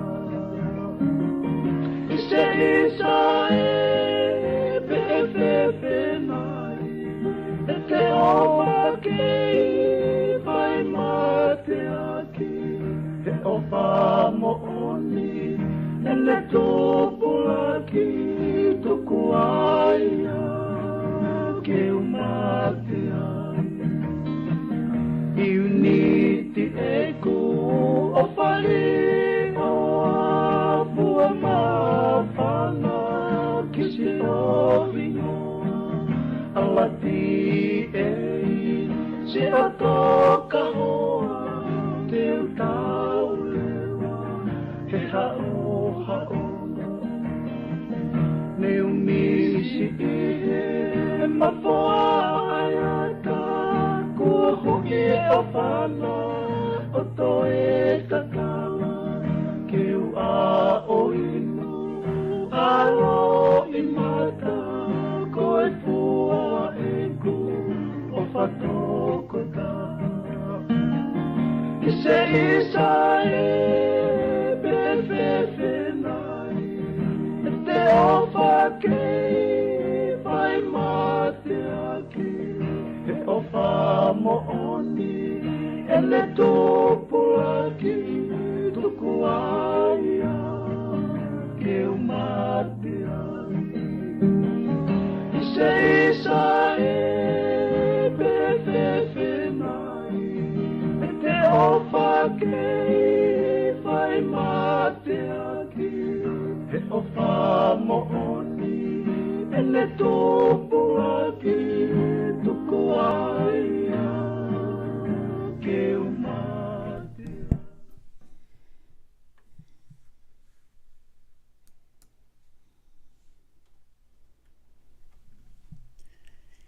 Io ka koe konga be fokia e tau proklama o e hoatani pea mo e ngahi hiwa o ku malawa ke mautuku atu i ngā lua pe ke mo whanongo mai ki ai he ilo na hoko ia ko ha mea whakawhiawhia ki a te koea tau te whita ki nā tōru ko ia o ku nā whakakwhatongia mai pea mei api. Si ngahi whae kai pehepe whoki e ngahi tamai. O ke whoki e ngahi whae ku nā tōru ia nāu mau e whainga maari e ke nāu laka atu ki nā tōru. O whai e ngāu e kumi e o whanonga e whamili kai nofo pe a tamai i api o whakakwhatongia pe mi ai. Pea o ku lahi taha pe whoki e ngai whamili nihi ko e tamai o ku lava atu ki o whai e whakakwhatongia kai malolo pe ai ngai whae ia pe mi api pe a ku tautuia ki tautolu i he pongpongini. Pea ta tau ai pe ko hai o ku polo i ke ne whai e ia ai ngāwe ko ia o he lava atu ke ngahi whai e whainga ko ia ma ai whamiri. Ka ko hiwa ia ko e nina e o atpe ia ma ki nau tolu ko ia o ku nau malolo pe i api o whakahako whatongia mai me ai ko e uhipe ko he Tokoni pe whenga pe ai polkalama ke hata whainga maari ke ting mautolu ke mao pe hatai mi o mo malo le rei ai me a pina mo e loto o kuhanga maari e. Hange koe a whakaase whakieni o e mahina ko o katopa pe tau rea mawai ki ai te hono tautale rei o no me mai ia i he aho a pongpongi. Wawe au pito ai hifo ia ai mahina iha aho pe e wahi e tau noa ko tau wau tau tau ki he Christmasi he. Christmasi pe ne i tafa ki wof mai au pito keke. Ko e aho Halloween ni Amerikani ai aho tau taha aho uluaki a Tonga Eikia. Ka i he aho uluaki o Tonga Eikia i he no wham omi ko i he tau ngongo i he pongpongini ko e kamata angai ni o e whaha i tau eloni no neongo ko tau lahi hono he aki mai ai whaha i tau i a koeni. Ka koe he no kamata angai ni pea mei Novema o lere ai fuafua ki sune o i wanoa ua wha ko he eloni no o kune omi e ia ai ngahi o ngongo mo ngahi o o ki kai ke tau fie whanongo tau ki ai. Pea ka pau kai ke tau fie whanongo ki tau ki ai o ku tau whakautua atu he ngahi wheitu ke mei mulini whewhe ai se o tau ngai family i Tonga. He ku taku ko e mahina eni, whai ta ueni o e a wha. Matangi kovi. Pea na tau whanlawa pe ke tau whanongo, na he kamata mai ia e he matangi malohi ko ia ko lola, whawheta ina ia whea matangi, mei he tahe pasifiki o ne ahia e ia, ai otu Solomone. Pea ko hui ko e whakamatala ko nao tuku mai, ko e maumaulahi nai whai e he matangi ko Niko Lola, i he otu Solomone, i he ki whanua pe i ai, i he motu ko e ni, whafuafua, ko e ngahi whale e te au hiwa walu, nai hanga he e matangi malohi ko Niko Lola, o ne mau i aia ko tikapia ai ki i motu, taha ki i motu, na e matangi a kovi i he ngau e ko ia ai saikolone ko ia kolola.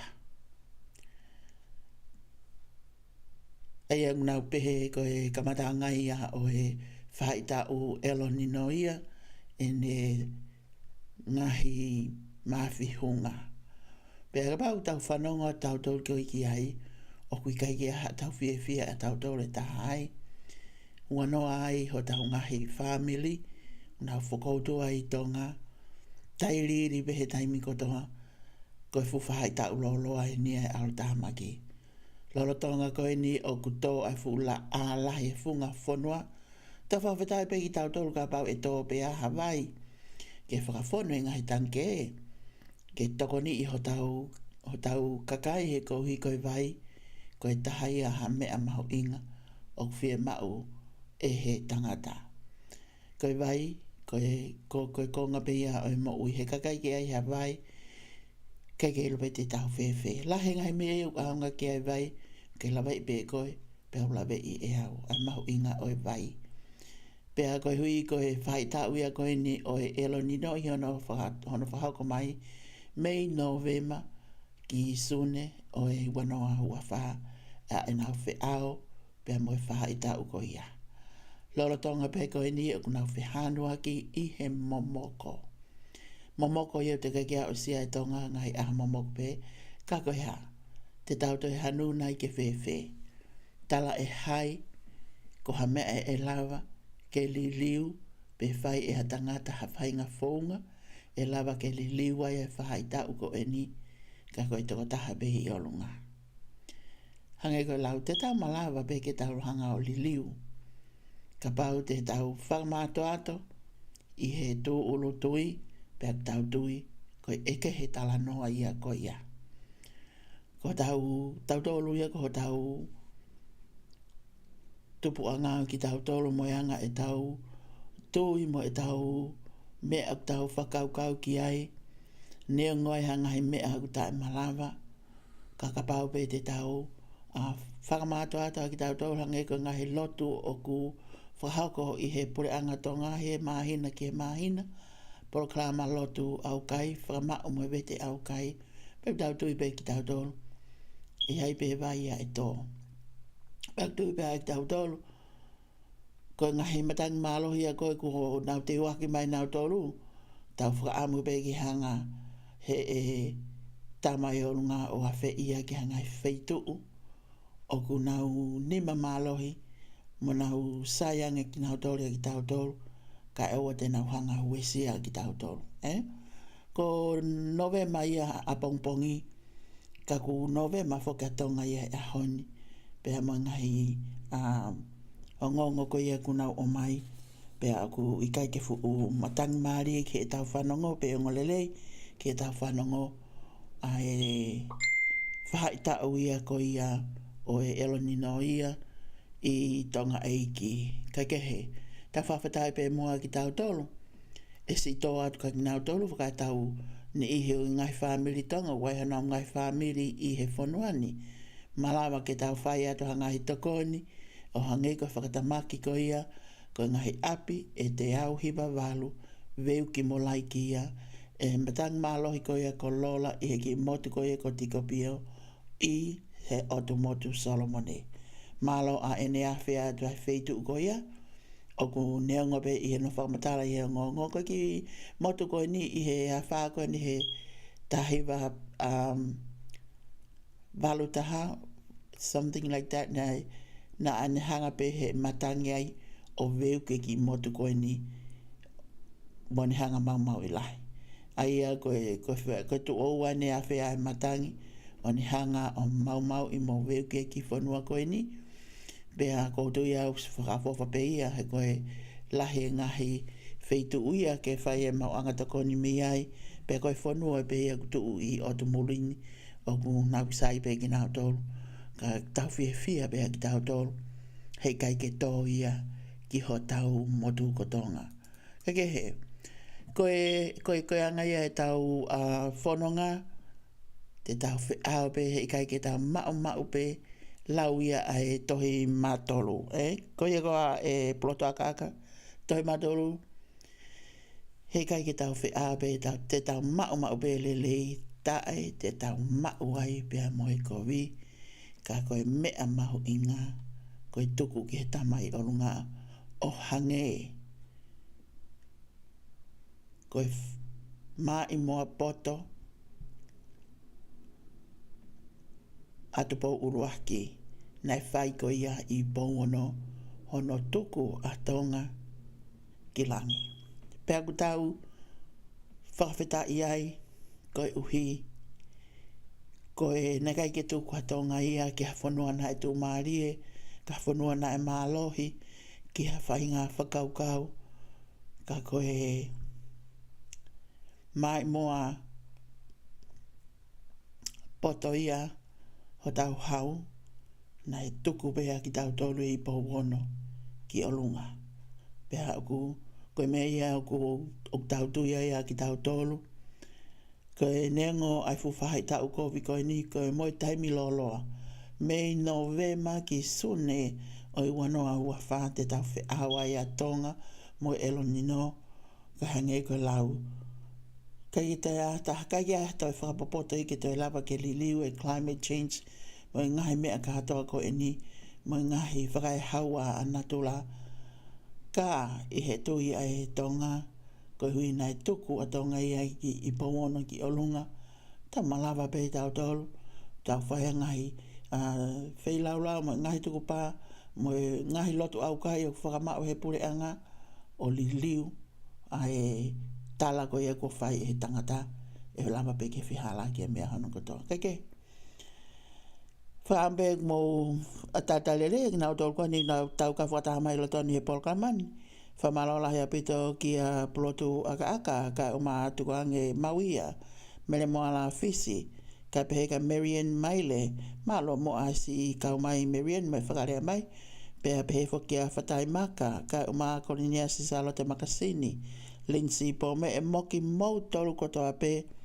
Hua vai maka, moki mau tolu kotoa pe, tau kau whatahama i he paenga o e Vake Tali Folau, ka koe wao e ni I Seattle, Washington, o ku whakawhatongia to Mark Mautolu, I he hoata e whiawhia koe ni, taltalele I Mautolu, tau ka whatahi proklama o e hoata ia koe ni.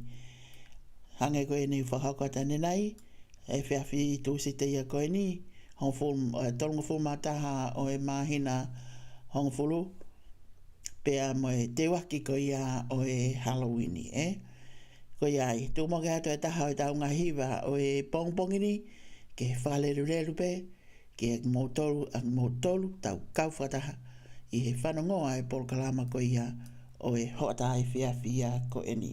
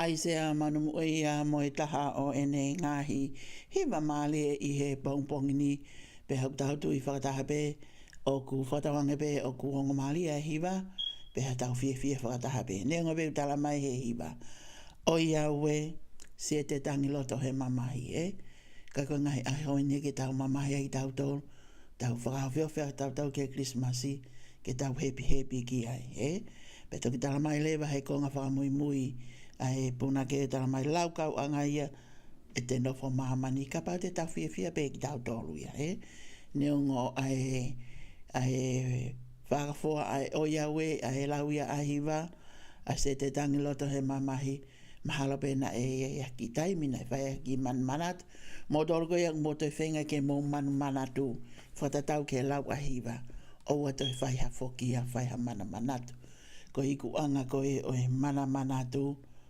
ko e mea pe hoko, ko e tangi loto he mamahi, I he lau ko ia ai hiwa, he pongpongini, pea mo e hiwa ia pea me he funga o te taka, o kune o mea e whakaukau ko e nika ki tau tolu, pea whatawange pea ku ongolele atua himani, pea mo e porklamani ki he ngahi tapa kotoa pe, o ku tau kau whatahai I he pongpongini. Whewe ke ato hata hoi tau ngahi tuaki o e pongpongini, ki mo ia pe te tau toki hoko tai pea ki tau tol, pea mo e tau porkalama o e he whiawhini.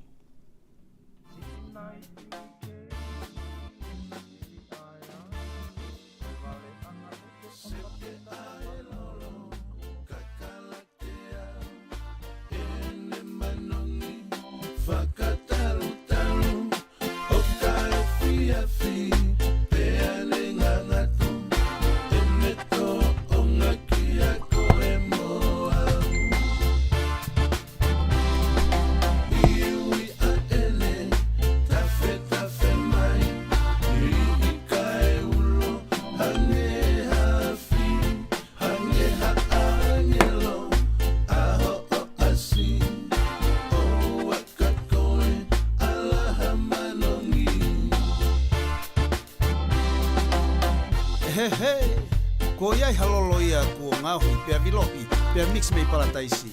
Ke whakatori a ngahi whakaamu whakasino mo ata mai. Ke miri pea ke whakasanisani mo masani mo whakamanifi. Pea ke foto aki ia ki hakatoa ngā aholahi. Pea ke toki ilo ai e mamani, ko e loloni ia, ko e tāpu aki mei langi. O ua, Io o wana ia ki hai. Pea ka paulewa ko e lolo kakala te au ia ko e blessing mei langi. Pea ko hame ke toi whakatoa ai ko I ki ai. Ai lewa hao ki fo I lolo he kona taimi eni ona. Ai whahai ta o ko ia o e eloni nom o e momoko. Aonga whakatou aonga I Amerika whakatou aonga pe ki tonga eiki. Ma lava pe ke ota mai hao ki fo I lolo. Whafolau ia ki tonga eiki whi unga ia. Pea mo e whahai ta o ko ia eloni no I tonga. Kai ke he. Ko mo tolu ko ia whe mau ha mau lolo. Te mo ring haka pea mo tolu ia. Ki he whika telefoniko ia ai pule lolo kakala teo. Ki a linsi po me e. Fitu ono noa ono balu ono. Noa ua ai whika telefoniko ia. Ang mo tolu ko ia ang mo whe mau ha mau lolo kakala teo. Ko ia ko toa pe watu heiwa. Torim po whiri me ai. A tonga ko toa pe hahake ki hifo fie maulolo ring mai. Modol ko ia ko hae whainga perfume mo wea. Ko kau whiwhine lo te lolo ia lolo kakala teau. Ma teu pe haki nao tol ke nao lo te I ai whoiki. alaha ia ko ia pea ma au isa. Na mo e lolo ala pasita e kei malava noa mo lolo na ati pea e toi hale vai. I kai ki ngata pe he tau lolo o kia i mo ngahi mea ke he ia una malava e ki nau tolu. Hange ko ia ko e ngahi mono mono o te tau pe i he mono mono lose pe ko e mono mono a whakahawai i ko mau tavi ia ki mau tolu. Pea ka pau ku hao fie mau koloa whakatonga kai ngatonga ko osi i Amerikano e tau koloa ia a ki tau tolu. Ko pepe ko i ke fie mau ngatu o kia ia ngatu pepa o kia ia ngatu i he lau ni ma mo e ngahi toka wanoa o wao pe ki he toka hongo fulu. Pea ka pau ku hao fie mau whakawhala ia au e iai pe ai whala whewheka mo i whala molu i he wanoa ki e tau noa mo e hape me aku ke laiki ko ia ki ai. Ngahi whiwhatwha isa. Heka ke to he lau hono whakalau ko e tau pehepe ko e koloa whakatonga pea aku ke ilio ia e koe. Pea au ai o ka hoko hao apsia whakatupa ke manatu na e kai ke tau nofo ki tau tau o teu mate pe i he taimi kotoa. Ka he taimi o ku hoko mai ai ui ai mate ki o tau roto whare. Pea tau tangi he tau oho vare, tau tangi he tau tai amanikina, pea alohaka e moi ngai whakaukau na e i kai ke tau teu tau tolu ki ai. Oua. Na ai bea lolo kakala te auia ke hoko ko mou pare tua. Taimi oi o ke fie maa hawhe tau, ona ke ongo sia whakaukau ke toi puna ki he wheitu o mao mea i ngahi tupen tāla ia koe ni. Ka te ke tau haka pe koe ho telefoni o ring, fitu ono noa ono valu ono, noa ua, tala ki ai holoto, staila e tupenu, pea mhono lanu, seuke.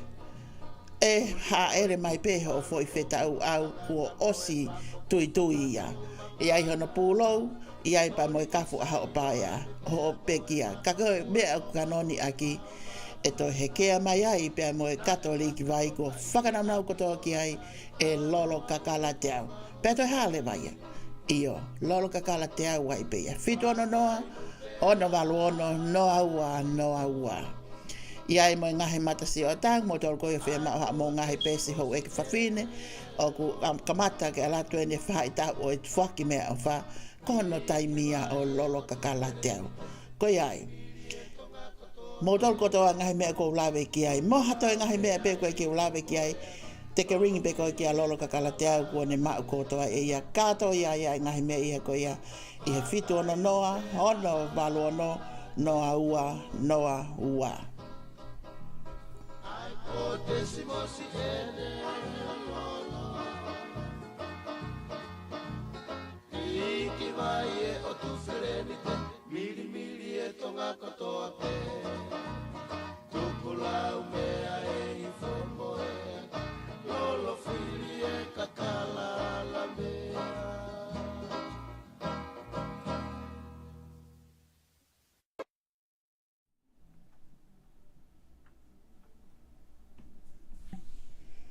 Malo maria ho eiki pehalelei a he tonga kotoa pe. O ku wa tika te motolu ai ui ho mo polkalama whama whalalea o he hoataia koe ni. Mo whewhe hake i he hoataani whatawanga pe o ku lelei pe ai mea hano kotoa me ngai wheitu ko ia o ku mo kauwai mei ai. Tata whiwhia whoke ang motol koe ni moto ki huto mui mai ke tau polklama o i hoatani. Kia te koe ana whiwhita malo apita si whakalea mai mo e o whalahi atu. Kai pehe whoki ki a Bruna Heft. Ka koe taha whoke nui kau whaiwhatongi ai paenga Vake Tali Folau. Mei he koloko ia o e kau poe. Malo mua ai kau mai Bruna Heft ki he hota pongpongi ia ko e ni.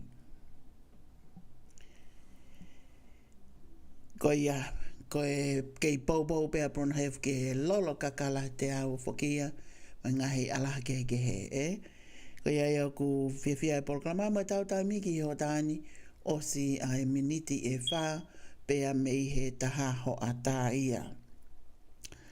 Kalolini manako fua tongia, o whātu toko ua, malo puito ai kaumai i he polkalaman kalo, o whalahi atu ki a koe mo ki whamili. Malo apito Ia whea mai tau polkalama o e hoatani, ka pehe ka tiko e ale le mea fo'ou, malo apito a e whe mai ke tau polkalama o e hoatai whea whiko e ni. Malawa peke motol ko ia me ngā state ke, o mi haki o ngongo whikawaki peko haki tak mamata, me he ngahi wheitu ko ia o ku mō kau mai mei ai, neongo pe e mau whokotua me he ni, ka koe kolo o e malata o ku ki i kaike fu mata fia ia ahoni.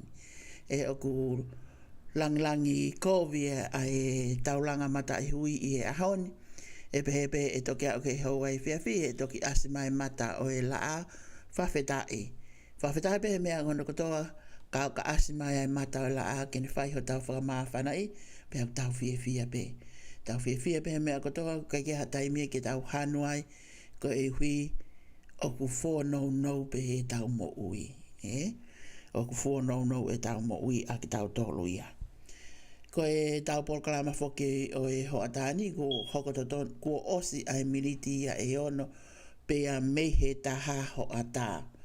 Aia ko e polkalama whoki o e ahoni mo e tau polkalama o e lave ai Tonga ka ihe hoata ia ko e ni te tau ki i liliu kai ke tau to e whaiha tau ki whananga i he hange ko i au whao atu mau pe e tau whananga i he pongpongi tu site i he hoata tu site ko ni ka o ku fia ai polkalama ia pe ke tau ki i mawahe me he e tau polkalama whananga aku whakaukau e polkalama ni ke o mai hanga tau ngai whaiwa whakatonga i hoatani i he taimitaha ia ki he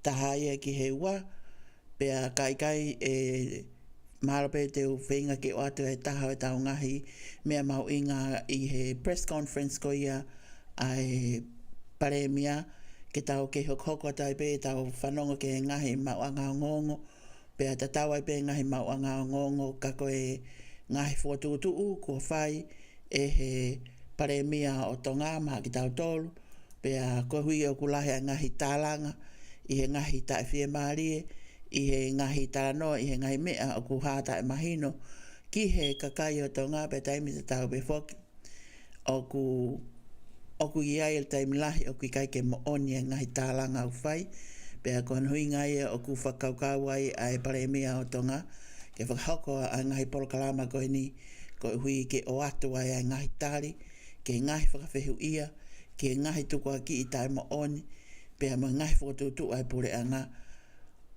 o ku ke lawe ilo pe koe ki ai pe au ilo ki ai ai ngai mea o ku hata e mahino mo ngai mea koe ia ko whaiho nau tuku a ki ai pea e o mai le ia e he press conference koe ia ai paremia ai nai whaha koe ia ane e whiawhi ke tupe mo ke atu hataha tau ngai hiwa kakala ki moa pea te tau toki hoko ak tau tolu ki he press conference koe ia pea me ai ka toki mao hatai mi maarie te tau hoko atlewa ki tau tolu ki he polkalama ko ia lawe he aitonga i he whiawhini.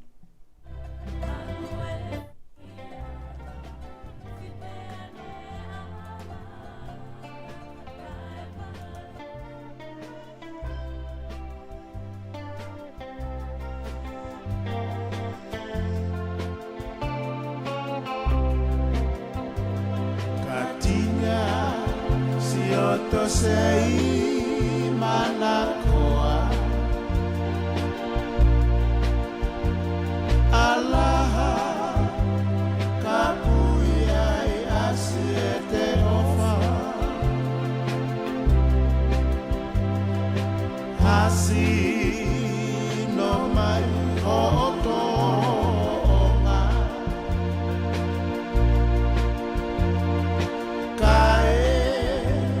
Vai falo i fofona Teu tukulolo huni tangi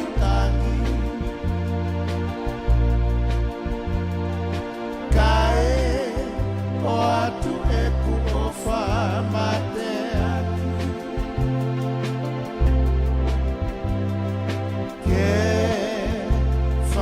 Aki ha o fare fatai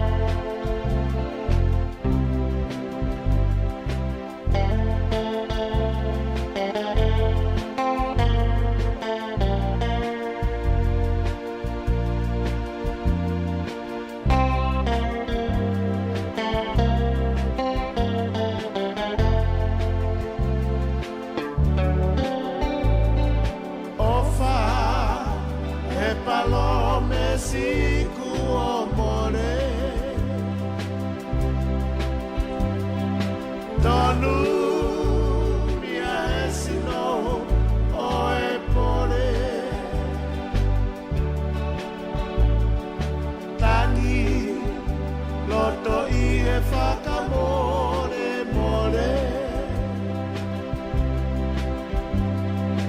Linoa ai si amanatu o kutoe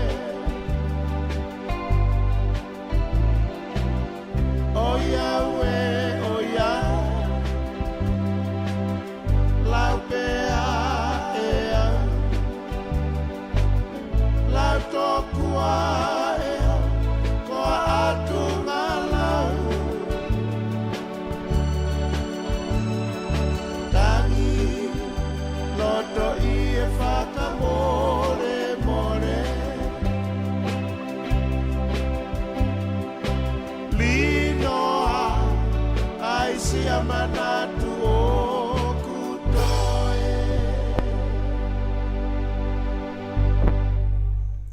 Lauia ai valino ai se amanatu o kutoe tau whatawanga pei tau tolu mo e fute waki ko ia o e Halloween i he fiafia koe ni ka koe aho ia e whangate polo i he whanua hau koe ni i he tau rea whakatonga Halloween koe aho ia e whangate polo i he ahon tak taha teu teu ene ki fo i lore ke tari ki nau tolu koe si swai e longa i whanau amana ke nau tuktuki atu i ho matapa Pau tau whautau wange pe foki e hoko e aho koe ni uai foki e ngahi taimi uai ngahi kakai o kunau ki i whakaukau kehea ki nau tau si whakakonahe si longai whanau pe a tau whakatau wange pe heka ki ai ngahi mea pe o ka hiliangi ai pō koe ni mo e uraki aho ko ia o novema he kai ki tau ngona i a ngongo haki whanau kona kona i e ngau e ai kakai ta e hounga pe heni tena hanga o pa usi ai polkalama koeni ka koe polkalama ni o ku manako ki ai pe a fie ai se tau ngahi longa i whanau e ai ngahi whanau si mui folau holo ai pe si ngahi mātua i he e nau alu he nau maua e nau fie e nau alu tuki holo i he ngahi matapa neonga u mau pe e nau fo i lore nau tau taktaha mau pe e ngai mātu ai e fo i lore nau whanau ka aku nau he whan au pita pe whanau ia i he nau alu holo o tuki holo i he ngahi matapa pe aku tau whakatau ange pe te nau mau hapolo kalamalele i e ahon i he ae whia whina pe a toi hao foki ai Halloween ko ia o e ahoni whia foki ke talere ak nau tol koe ning nau toki hu mai i he whia whini ko ia pe ia Kolina Salote Makasini Happy Halloween ki he tonga kotoa pe magmautau kotoa pe tau kau whataha mai i he pai ngā Vake Tali Folau whia foki i he toko wa koe ni ko lātu hua kau whai whalarea mai malo o pito tatalere i koe tahine o e toa koe miswake ni ai toa o e hala toa mui a lātu hua kau malo o pito he kau mai ke tau pokalama o e hotahe whia koe ni kai pehe foke tō taha koe ni o ku nau tōru koe a ku kapau kai ke whanga o mention dea tohi ngoa whamarmore kapau o kui kai ke ulawe atu ko mou hingoa ka koe tau whasi whakasa tau tōru ke hoatani pea tau te tau te hokat lewa ki he potonga tau polklama ai press conference ko ia ai palaimia e o atu ia o kahiliange ai whasi koe ni atu whake whasi a koe ni ko taha ni au ngā hiwa manako. Ka koe o atu ai hiwa ia koe ni maa ki mou tolu ko toa pe o ku teu waki ke lere ki whare koloa pe ko os mau ho o pe so ni lore au ta whaake ho matapa mo tolu ko ia te keike mo whakaukau ki ai whakaukau rewa ki ai na aongo i lia ki na ngai whanau taimi unau tuki a tahe matapa au kai te ke to'o ho matapa kono hinga pe ko kai ki ke mau ke ai hau ki fo i lore whababablewa mahi ki pe ke lore ke taltarea ke tau ngai whanau e nau tuki mai i ho tau matapa ka koia koe taha nia e tau ngai hiwa heo atani o atu ia maki mau tolu mo e te waki ko ia o e Halloween i he whiawhini.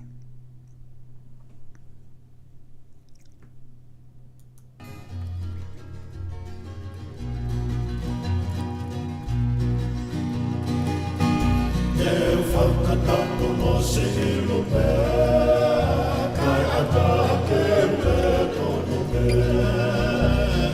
se tiena con se pupele la pawama e toka kotoa pe malu e fia fika e malame ono e kone angera hape fala nanti iloto i ulope ae fagu fagu opele hake faina ngai kue pe moe mawaha isa e naki si e te tokanga tui tui a tamare ke tua tala e riki o e kukulo moa am kaha tau e pai e ngari turiki o salute i e ala pai ni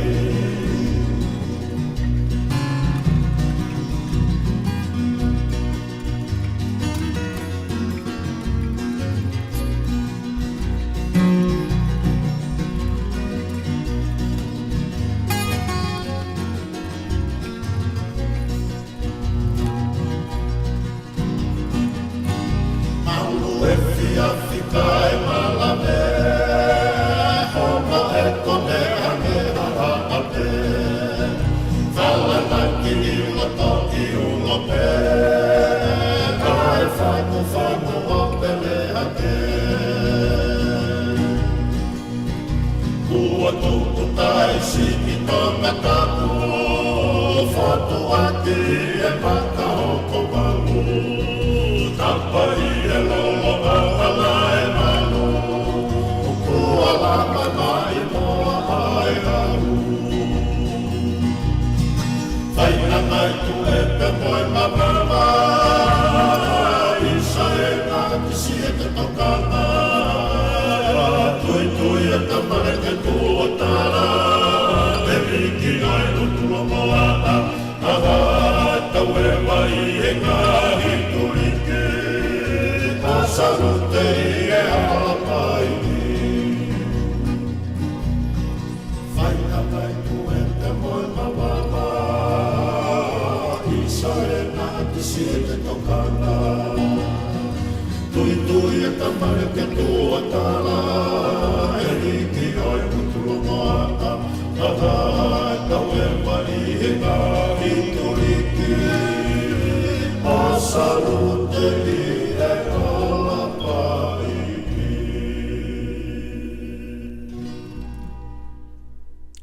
Io kako e tau hiwa whakaosia ki mo ape te tau hoko atu ki e tau proklama ano hoko. Aia na e o atu ia pe kako e kau tame aia me he tui tui a tamale i he hota e fia fia koe ni. Ke te tau hoko le wak tau tol, ke tau proklama ka ia i hono hoko, mo e whatawanga pe o kuongo le lea tu ngai whakau whatangia o e ho atani ki he tonga kotoa pe. Tatale rei koe wilo o la mei Vake Folau, malo apito ai kau mai, kai pehe foki ki a te koe ma te akli o a tonga tautai, malo apito ai kau mai i he whiawhini, kai pehe foki ki a apai en mai poltere, malo apito ho o mou kau mai, tatale rei ak mou tol ki he polkalama o e hoatai whiawhia koe ni. Ko tau press conference e nia aia e o atuia i he whenga maari e koe ni, ki tau wakai ki ai i he polkalama hono hoko o ia o e hoatai whiawhia ko e ni.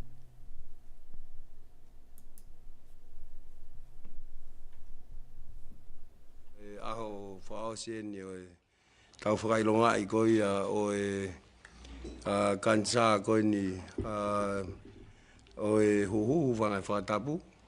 Wha ai pe koe ping October. Au kia e whamalo lahi ki he nautolu whai mai ngai ngawe. I ono talaki koe ni mono teke. Ai hoik whawhine ke whanau sivi koe ngā pe. Koe whatamaki koe ni. Mo lava o malu i nautolu, mo lava whahangawe kei taimi ka ki nautolu. E ahau ni koe mea tawtape whai kai tokanga. Koe mea awha koe na Australia. Whikau aki pia mo e ping October koe ni. Hai nau lau koe ki ai. Ko misini ko ni kene whae ke sivi ka kai whewhine, ko ngā pe ke tokonia ki nau tolu. Ano whingai ke ilo ki mua, ki lawa whahanga o ki ai. Pamote tali pe hangahi toi fo atpe mangai whamata whiak mo lulu tai. Pa tokia e pe hataimi pa tau toksio ki hangahi whamata ke. This afternoon, I'm very pleased. His Excellency, Ms. Rachel Moore, Australian High Commissioner to the Kingdom of Tonga, is present with me to make important joint announcement. Firstly, today marks the final day of Pinktober, the Breast Cancer Awareness Month. We are grateful to all who played a key role in supporting breast cancer awareness, including Lord Vaya and representatives of the Ministry of Internal Affairs, and of course, the Ministry of Health. It is therefore timely to announce with much gratitude that the Australian government has agreed with the government of Tonga through the Tongan Minister of Finance and Minister of Health to fund the procurement of a mammogram machine for Viola Hospital through the existing budget support funds.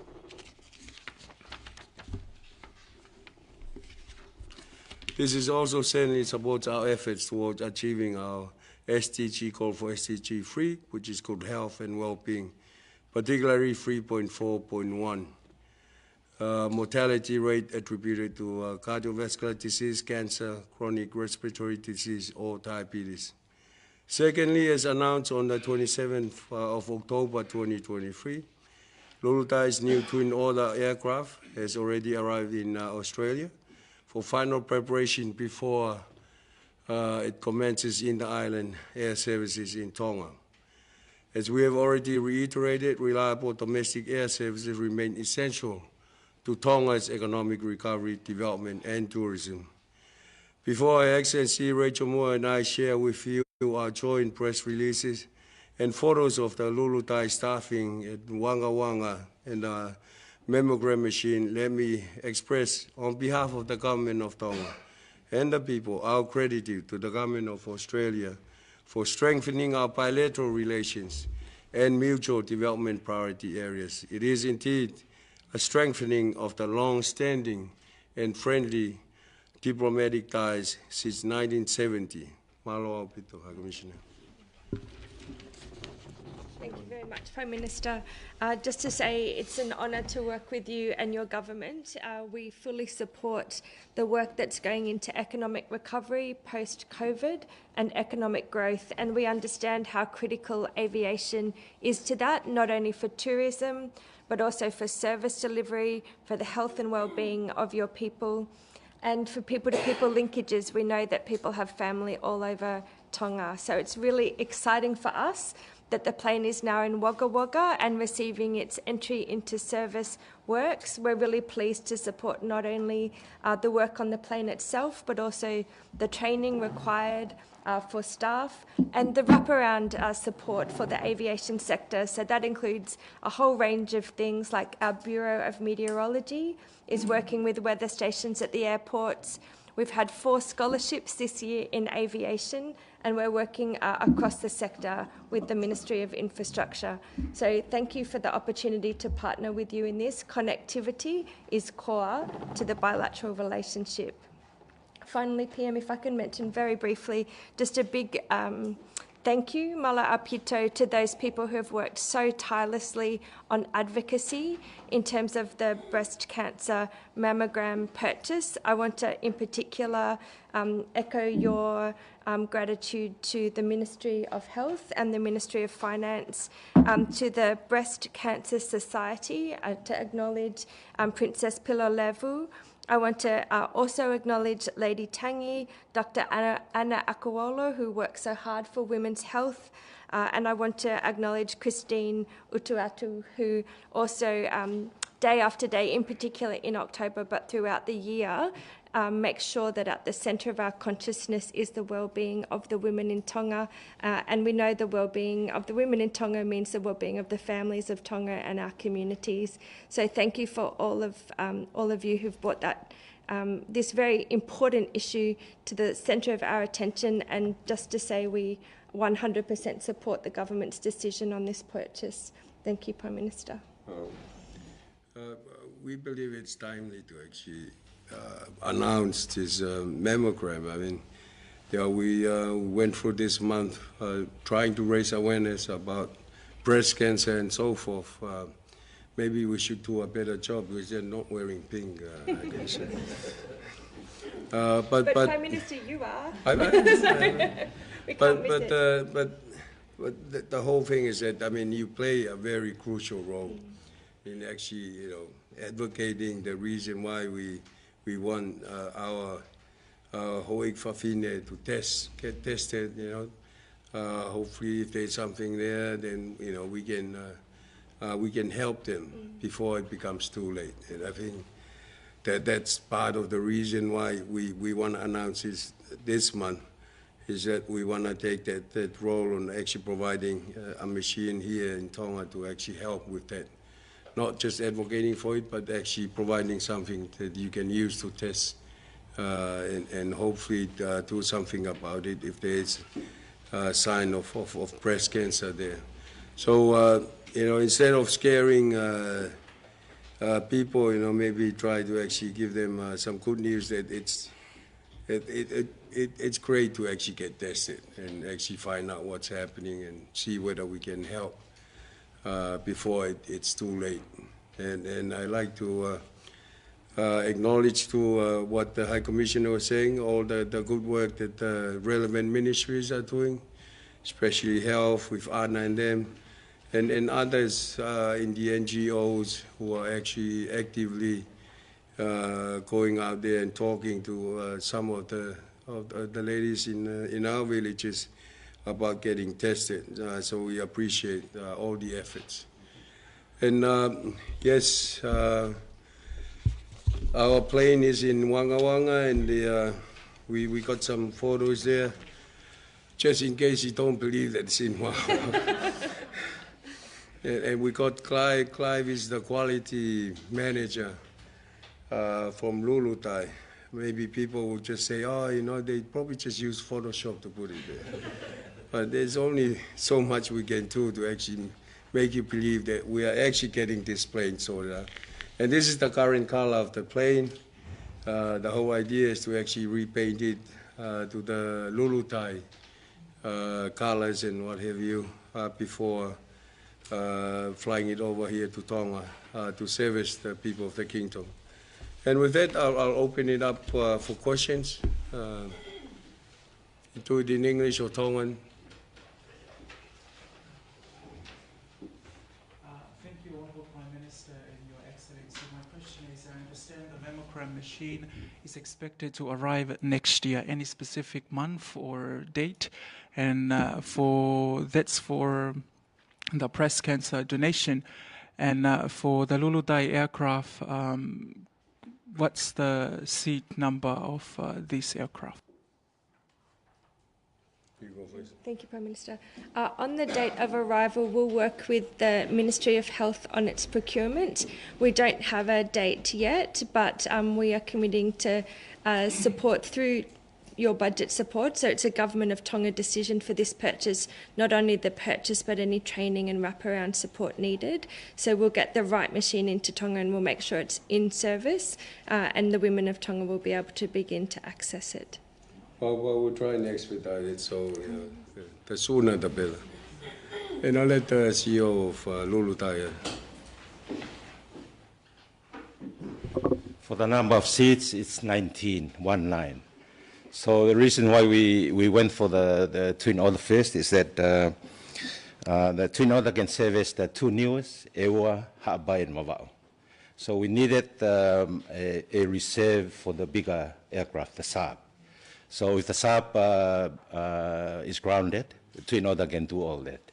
And if the Y-12 is grounded, the twin order can do Ewa and Ha'abai and the two newest as well. So it can reserve for either Saab or the Y-12. The next aircraft will not be a twin order, it will be a bigger one. That's for the next press conference. My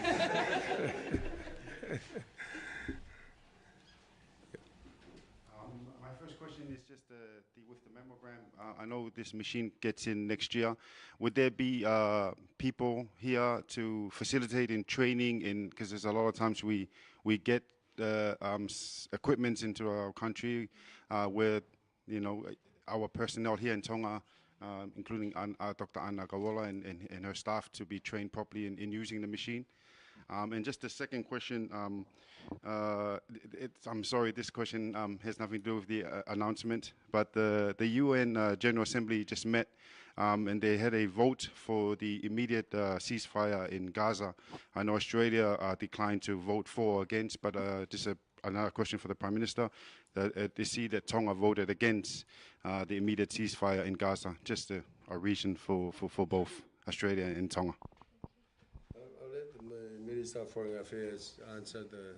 Oh, Anna, yeah, you go first. Thank you. With the training, this is not the first time we have a mammogram, so some of the staff have already been trained. I got that training in 2015 before we got the last mammogram. We will have more training because this machine is upgraded from the one that we had before, so there will be opportunity to do the training. We work with a lot of partners with our radiology section in Viola. We have Red 8 in New Zealand. They usually help with our capacity building. We also have Lake Imaging in Melbourne, in Australia, that usually help us. And with that, I'm sure that we will be, we'll get our staff trained to do it. But with the reading, I will be doing it. Thank you.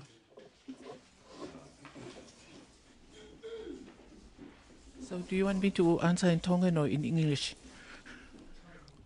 Yeah. Go ahead.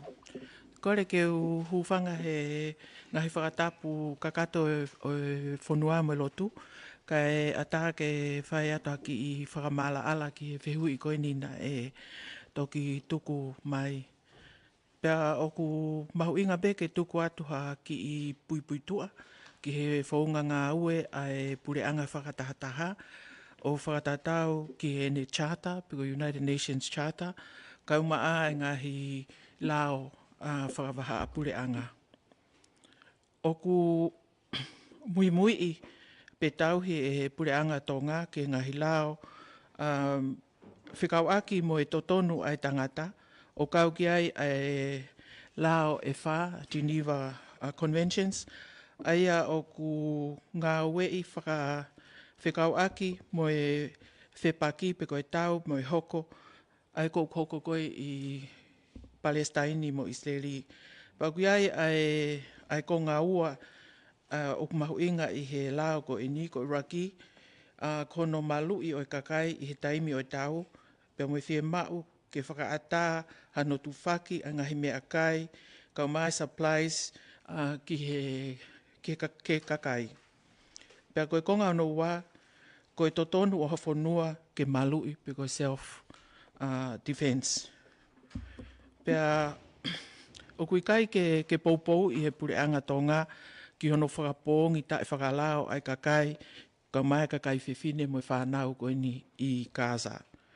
Ka o kumahino be o kuiai ai totonu ai whanua kotoa ke ne malui a hono whanua self-defense ai au kuhaa ia kupuni mataha o e charter ai pureanga whakatataha koe toki pea oku whakata ke whanua koe ni ke self-defense ka umaa ke whakahoka tutuuni ai Security Council piko kosi rio koe ni o e malui ai UN ai aia koe resolution koe ni na whakahu ia ke Security Council pena I vito lewa ia ai pau ki ai lewa whainga mahari ke o mai e kaweinga ko ia ke aleai I he General Assembly.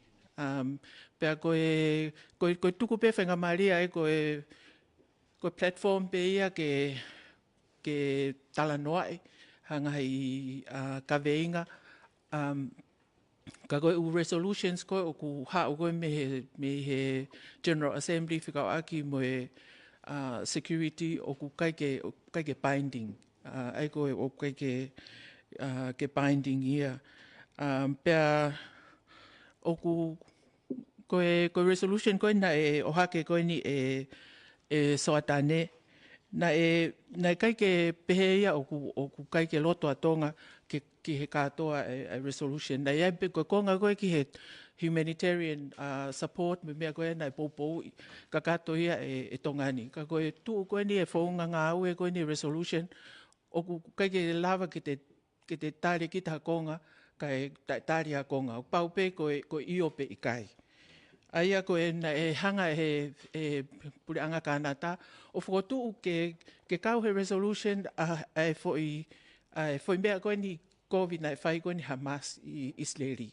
Kana kai ke tāri ia he ufonua. Kana e poupou e tonga ia e foi amendment koe ia ki ke resolution koe na e whakahoko. Aia koe mea ia koe na e voti a koa tonga ko o kai ke poupou i a resolution koe ni.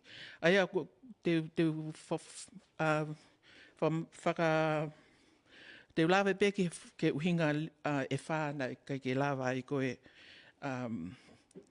ke poupou e tonga. He kohi na kai ke kau he resolution ia, i kai ke kau ia hono o hofi koe Hamas a Israeli e aho fitu koe o wanoa, o katopa aho wanoa ua tolu. Na kai ke kau ia, na kai ke naulot na tō ke kau ai mea koe ia, e nai mōre ai ngai mo ui lahi.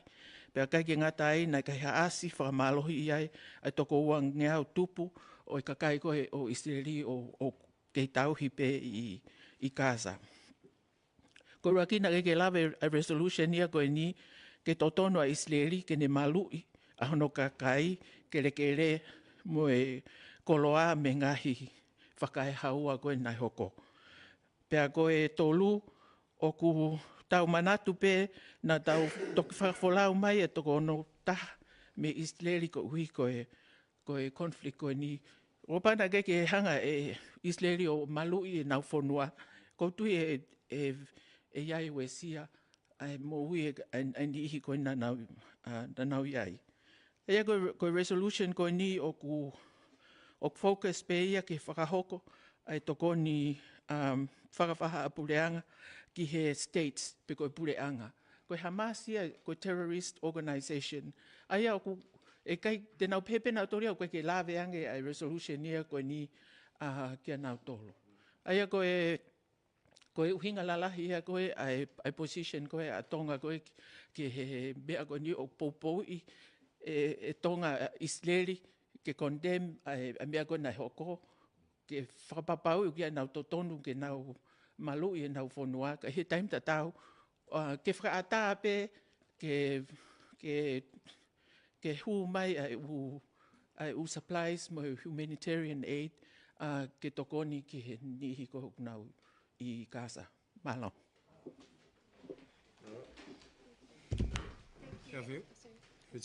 Just very briefly, first of all, to acknowledge the tragedy of the situation unfolding, I wanted to say a very sincere thank you to your Prime Minister and Foreign Minister.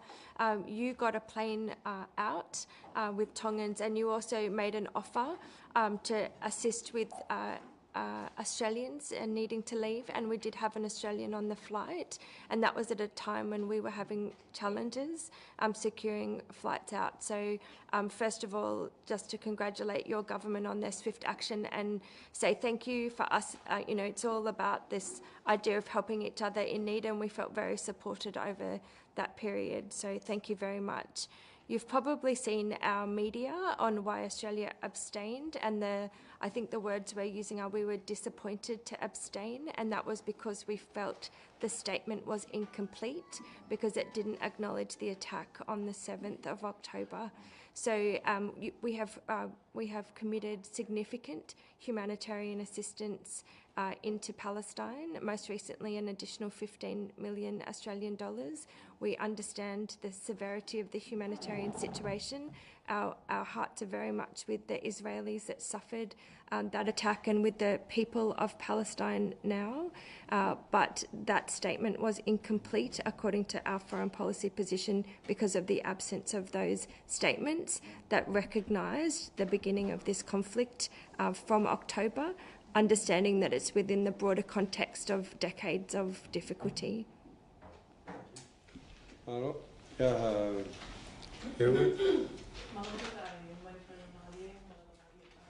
introduction, Your Excellency.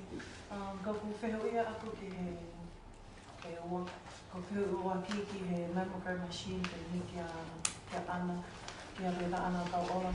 O ku mahino na ho inga koe ni ai misini koe ni koe wakai koe hai tu unga o koe ai ai ngahi siwi ko whakahoko koe i whale maha ki. Koe hai tu unga koe ai ai whakautua koe ni tongani logo tongani. Pea mo toi whamala ala mai ke e reda ana ai maho inga koe ai misini koe ni. Sorry, te ai. Malo e mo whainga marie e o ku mana ke hongoia. Koe ku wheho i o ko oa, koe ulak wheho i pe, koe kole kia tue tā ana ka ola ke ki tū mai mua ki whamala ala ki he tu unga ki ai ai ngahi siwi ko whakahoko i he whale mahak vai o la. Koe ua ka hai tu unga ki ai ai whakautua koe ni i tonga ni, pe au mahino pe maho inga koe ai misini ke ni ke toi whakamaho inga i pe ki he hoi kwhawhine o whanua. Malo. Thank you. Thank you for the ki he wheho i maho inga koe ni. Koe tau misini koe na ngau aki ki moana e mate ia he wanoa. Aia from wanoa ki wanoa wa tolu tike ki te whaha CV ia. Ka koe tūkunga koe o e breast cancer i tonga ni, ko breast cancer koe kansaia o laitaha ni hoko i tonga ni. Pe ki he kakai tangata kakai whewhine. O ku follow closely pe ai e kansa o e halangatama, uterine cancer o endometrial cancer. Aia koe statistics wise, koe kansa e tolu noa fo ou. Kakai whine fo ou e tolu noa ki tolu nima i he tau na na mau wanga maheni mai ako no diagnosi until kua umai ki he taimi e COVID taiwa mo whakatangata na kei ki a umai a ki nau tolu ko o ki ai e kansa pena au ki tau kohiri wanoa woa na e toko tahahiwa, toko wanoa pe na e diagnose. Ka koe tūkunga ia, it's tolu noa ke tolu nima pe ia. Aia koe mea ia, koe uhinga hono o mai o misin koe ni, ko ia tene hanga o mau ai kansa, o te eki ai ke lava ko whaaki ai. Once o te lava whaaki ai, ka kai whiwhine, koe lahi taha ko osmoferia ke toi ngai sino, osmoferia ke lama, osmoferia ke hui, pau hange pe koe kumou mea i pe i he most recently ngai whamiri ko more ho nau toko taha, neongo na e osi ave pe o whai to ki ai, whai ai radiotherapy, pe mo e chemotherapy muri, kau kei more pe mo ui, less than 2 years. Mi he taimi koe na e diagnose e mo treat ai. Koe uhinga ia mea koe uvi whai ai viviri me he pot ngai mo ui, he guai e mautui, koe waweange hono mau o e kansa koe ni, ai e mau ia i hono whai e sivi, ai he ikai ke tari e toko taha ia koe ke puke, ke wha, ke aha whakawhiwheka, o pau ke aluange ia healthy, ke whai e sivi ko ia, ke ilo ia ki mua au te kei ke hoko ai mea koe ni. Koe anga pe ia ai ku tari ke ni malo. Muia tai peo ki whehui whikaua. Koe ka ilo pe koe whehui ki e pale mia, pe koe CEO koe ni mea heni. Koe whehui au kia, whika aku pa mai lulu tai, malo e ngā ue lahi. O ko lawe i pe, o ko na e iai ai I ono purchase wana whātau mai koe ai lulu tai, na iai ai no nei whakahoko pia me he retirement. Koe ku waka ia koe mo ku kole pe ku iawhainga maali e lawa ilo ki he maho inga koe ia. Malo. E mau lava tuku atu, koe be mea o ika ke lava tuku atu. Ai koe teu lava pe o whakahoko atu koe mau whenga koe be mo retirement fund, na mau no konga, pe na whatau share konga. Koe na mau whai ngau e lahi au pita ke analyse ai kahau koe o lulu tai, pe te nau fie whakatau share. Koe taim kou te whakatau share ha business, koe whailonga au te whalala koe kahau o business koe ai sai. Pe koe senit koe te mau mea ai, e lawa kawa ai senit koe na te whakamole koe ke whakatau share. Pe na nau loto lele lewa, ke whakatau ke ai konga whakatau ke shares, pe nau loto le ke no e konga. Te hawhi ta ke lutai. Ikai, mahalo koe o koina ko mahino peo ke lava tuku mai. Kai te o ata peo ki whiwhi whaos au pito. E pale mia koe no koe nuk whakahoko i he retirement. Ia whahoko whatala noa pia mo Michael Bloomfield whekau aki mo e tuunga koe nuk e retirement. Whatatau ke whabandala a Michael koe whafofua e no ke ngai kautaha whafofua ke nima nai i he taimini o ko whafofua ke wanoa miliona. Koe ku wheheu I o gai nei ha diligence ai pule anga ke ono mui mui I ai tuunga koe ngahi no koe ni. Malo. Ye retirement fund o koe committee ai unau hanga o CEO. Peko investment committee unau mea whai ko CEO ki he propose koe pe whahano pe kai. CEO ke tuunga koe kautaha koe ia pe ku tuunga whawhia maari e whapaanga pe kai. E papu whukinau CEO na o sen koe mea pake nau lava totongi mai.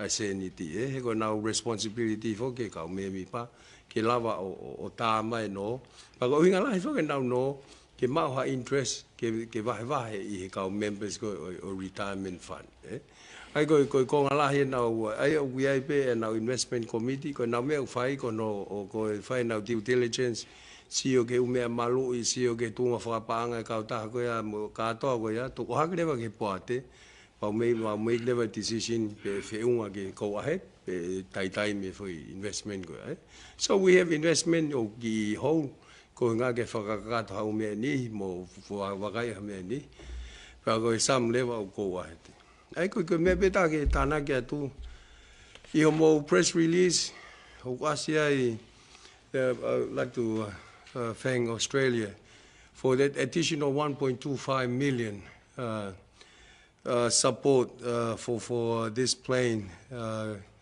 including paintings and what have you. Ke lava ha o lele ko Tonga ni.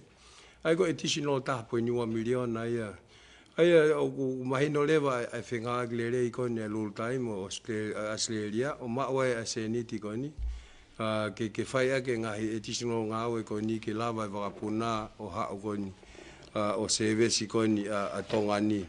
At the same time, I think in the other press release, misini ko ni ke civicansa wakilu ni mamano 250,000 Australian, which is roughly about 400,000 panga whakilu tonga. Ai ko ngai misin mahuinga ai mahinong mahuinga mo whakaono poni apito I nau ngau whai ko hinga peke hango ko lauka ana ke ne lava titeki ke taimi o pau ku ngari mau kita ka cha pau ka mata ke ai ko me la pe ko ni u fai ko ni ta press conference ni ke raise awareness ke ai mo fai ai ka kai tonga ke nau lava mai o CV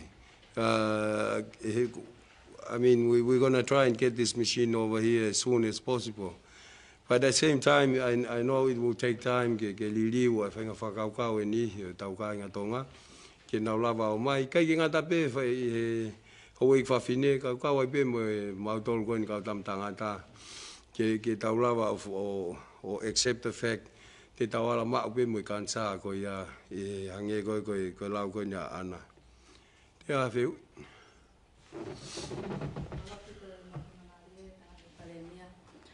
ko ki wheheu I. Nei ai tō whola e tamatu I ono whakaawa e whare ale ai I sune. Nei pehe ai. O gia ngai we sia e tau o ngai whono mama o ange. Ngai whono koe tōpure anga.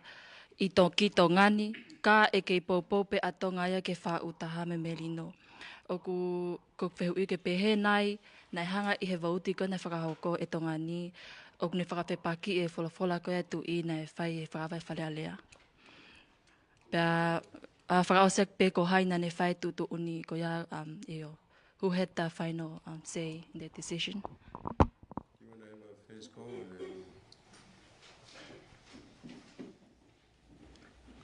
Malo apito, malo koe ki aha whakawhepaki, nge pe koe na o lawe koe ki ai ane nai. O ku tau me mipa e he pure anga whakatahataha, pa kuia e chata ai pure anga whakatahataha. Pa kuia e commitment ai whanua kotoa pe o ku kau ki he me mipa koe ni ke nau uphold the peace and security I he whanua kotoa pe. Pa koe tupe o mahino pe ai talia ko ni ko resolution ko ni fika aki mo humanitarian support. Ai o kai ke wesia ai talia mo tai talia resolution ko ni he glotonga fa hoko pe nga we ko ni talu me he kamata ai fratamaki ko ni i Israeli mo Palestine. Ai oku ikai ke yaha ha pe oku yaha to ke I he commitment ko ni ai pureanga malo.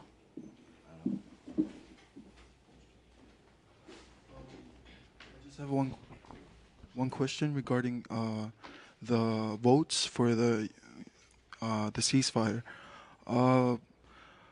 When I was counting the votes and looking through the votes, I saw that Israel was able to vote and Palestine wasn't part of the votes. Ilawa pogi fa matalama unga pe.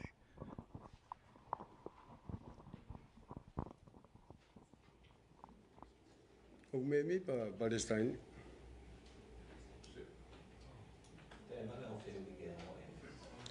Maybe I will kage ikai. So kage na la vote ko na maybe pa iwena. Kage be ko niwe mo ko kai lan.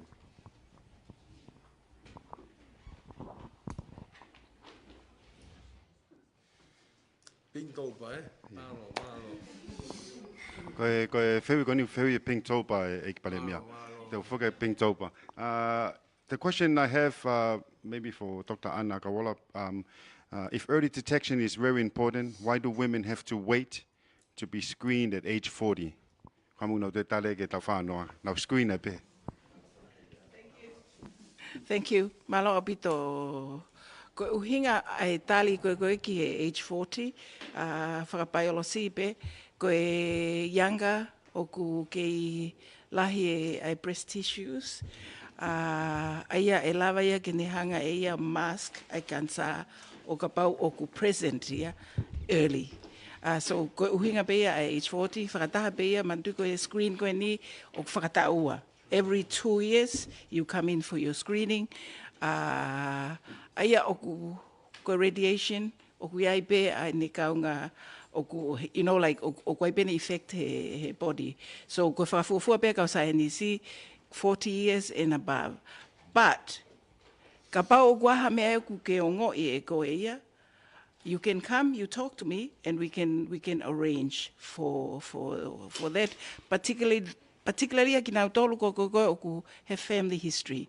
Like if your mother or a sister or a close relative na fokotua ia na ni mau e fokotua ko ni e lava lele pe ia ke fai ne CV well before. I tau ko ni o hange pe ko tau iloi. Breast cancer happens at any age. Ko lahi taha hoko he tau whānoa ke tau nima. But it can happen he tau tolungofulu, even down to 28, which is unfortunate. Ka koe lahi taha koe ai lelei e mau ia i whakahoko sivi i tau whangofulu o whai ki olunga. Malo apito.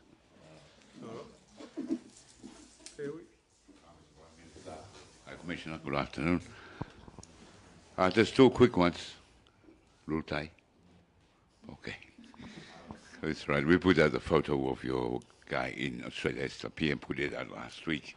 Should have a selfie with the plane so Tongans will understand. We put it out already. So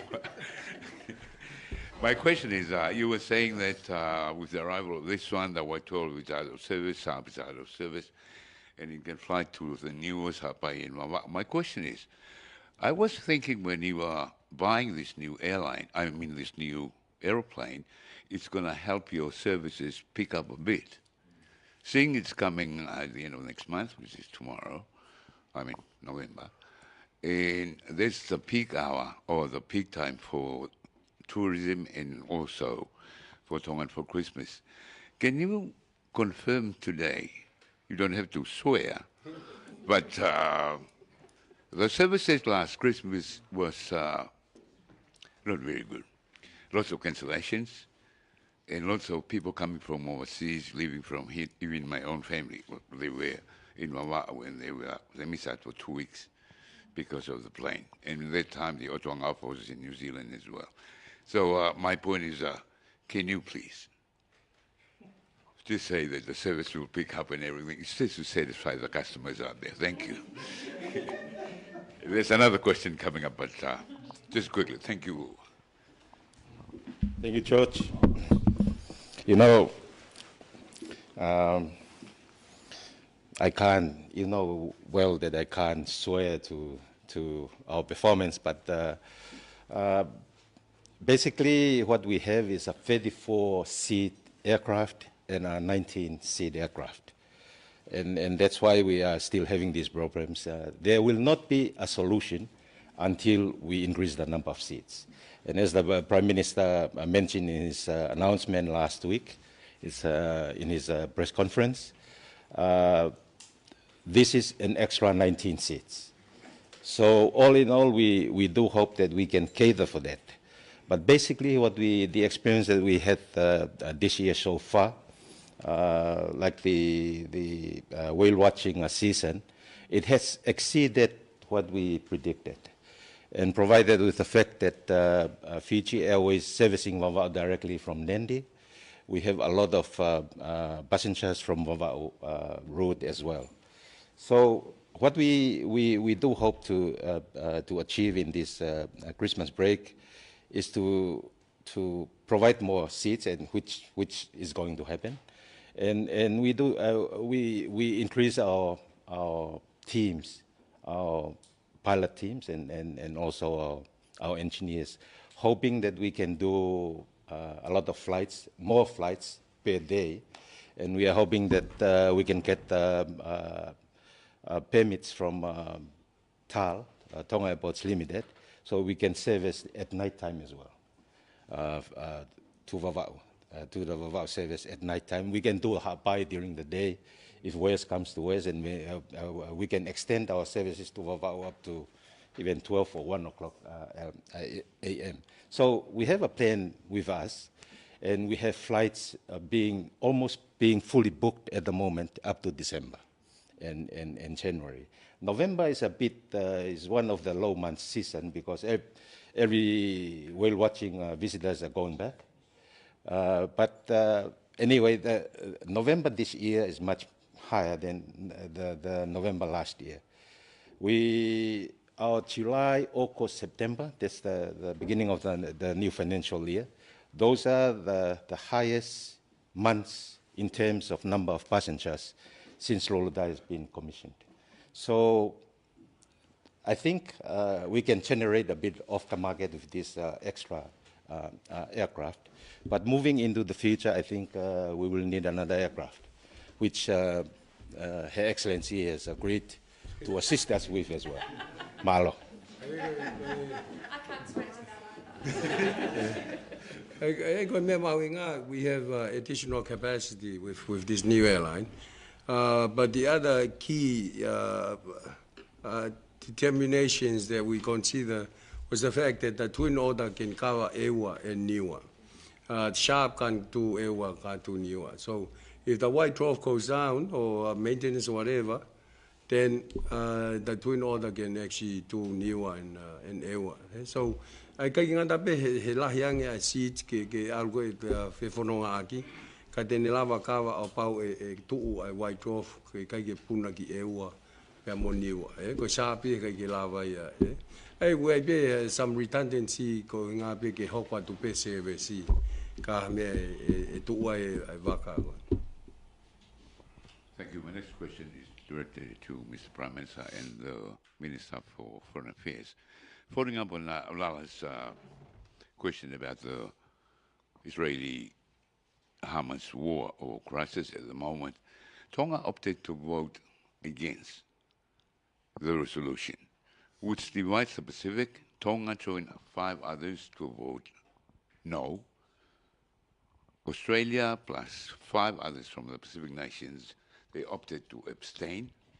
Samoa opted to be quiet. Did you think, I understand that the resolution is a non-binding one according to Section 15 of the UN Charter and all that, but when you look at the international arena at the moment, and that's when it ties up to you, Mr. Prime Minister, you are traveling to the Cook Islands for the next a PIF meeting in there. And one of the things that you were after, as you mentioned last week during the press conference, was you are trying to get together, to join together as a force of the Pacific, to go and request or try to get the money for the Pacific only from the big UN money that was generated in the PIF 28, 27. And looking after this split here now of people opting to abstain, Tonga, Fiji, the Marshalls, New Guinea, and Nauru, they opted to vote for, together with America and the UK. Do you think in the international arena that with this split, even though it's a non-binding one according to the UN Charter, do you think in trying to impress the others who are putting the money in and we're trying to get some from that, will make a negative impact on that approach? Well, first of all, we're not trying to impress anyone. This is a sovereign decision made by the government of Tonga. And second of all, priorities like climate change doesn't split us. I mean, we're all together on climate change. So, I mean, there are decisions that are sovereign-based, so countries make their own decision, and there are others that we decide we need to come together as a bloc to actually, like climate change, as I mentioned earlier on. We're not here to impress anyone. We're here to make decisions on what we think is best for Tonga. The minister can add if she wants. If she wants.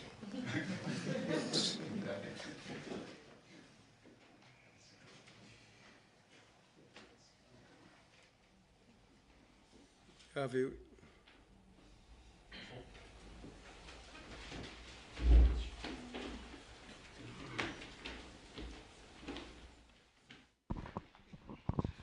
Hello, Your Excellency. I will take this opportunity to get a comment on a research that I did. There's a visible problem arising from local business owners. That is what they called a human resource pandemic. So two things that I got from them is that first they can't find workers to work, and second they also can't find the technical skills workers because most of the workers left to overseas employment. And I saw that Australia has a high number of on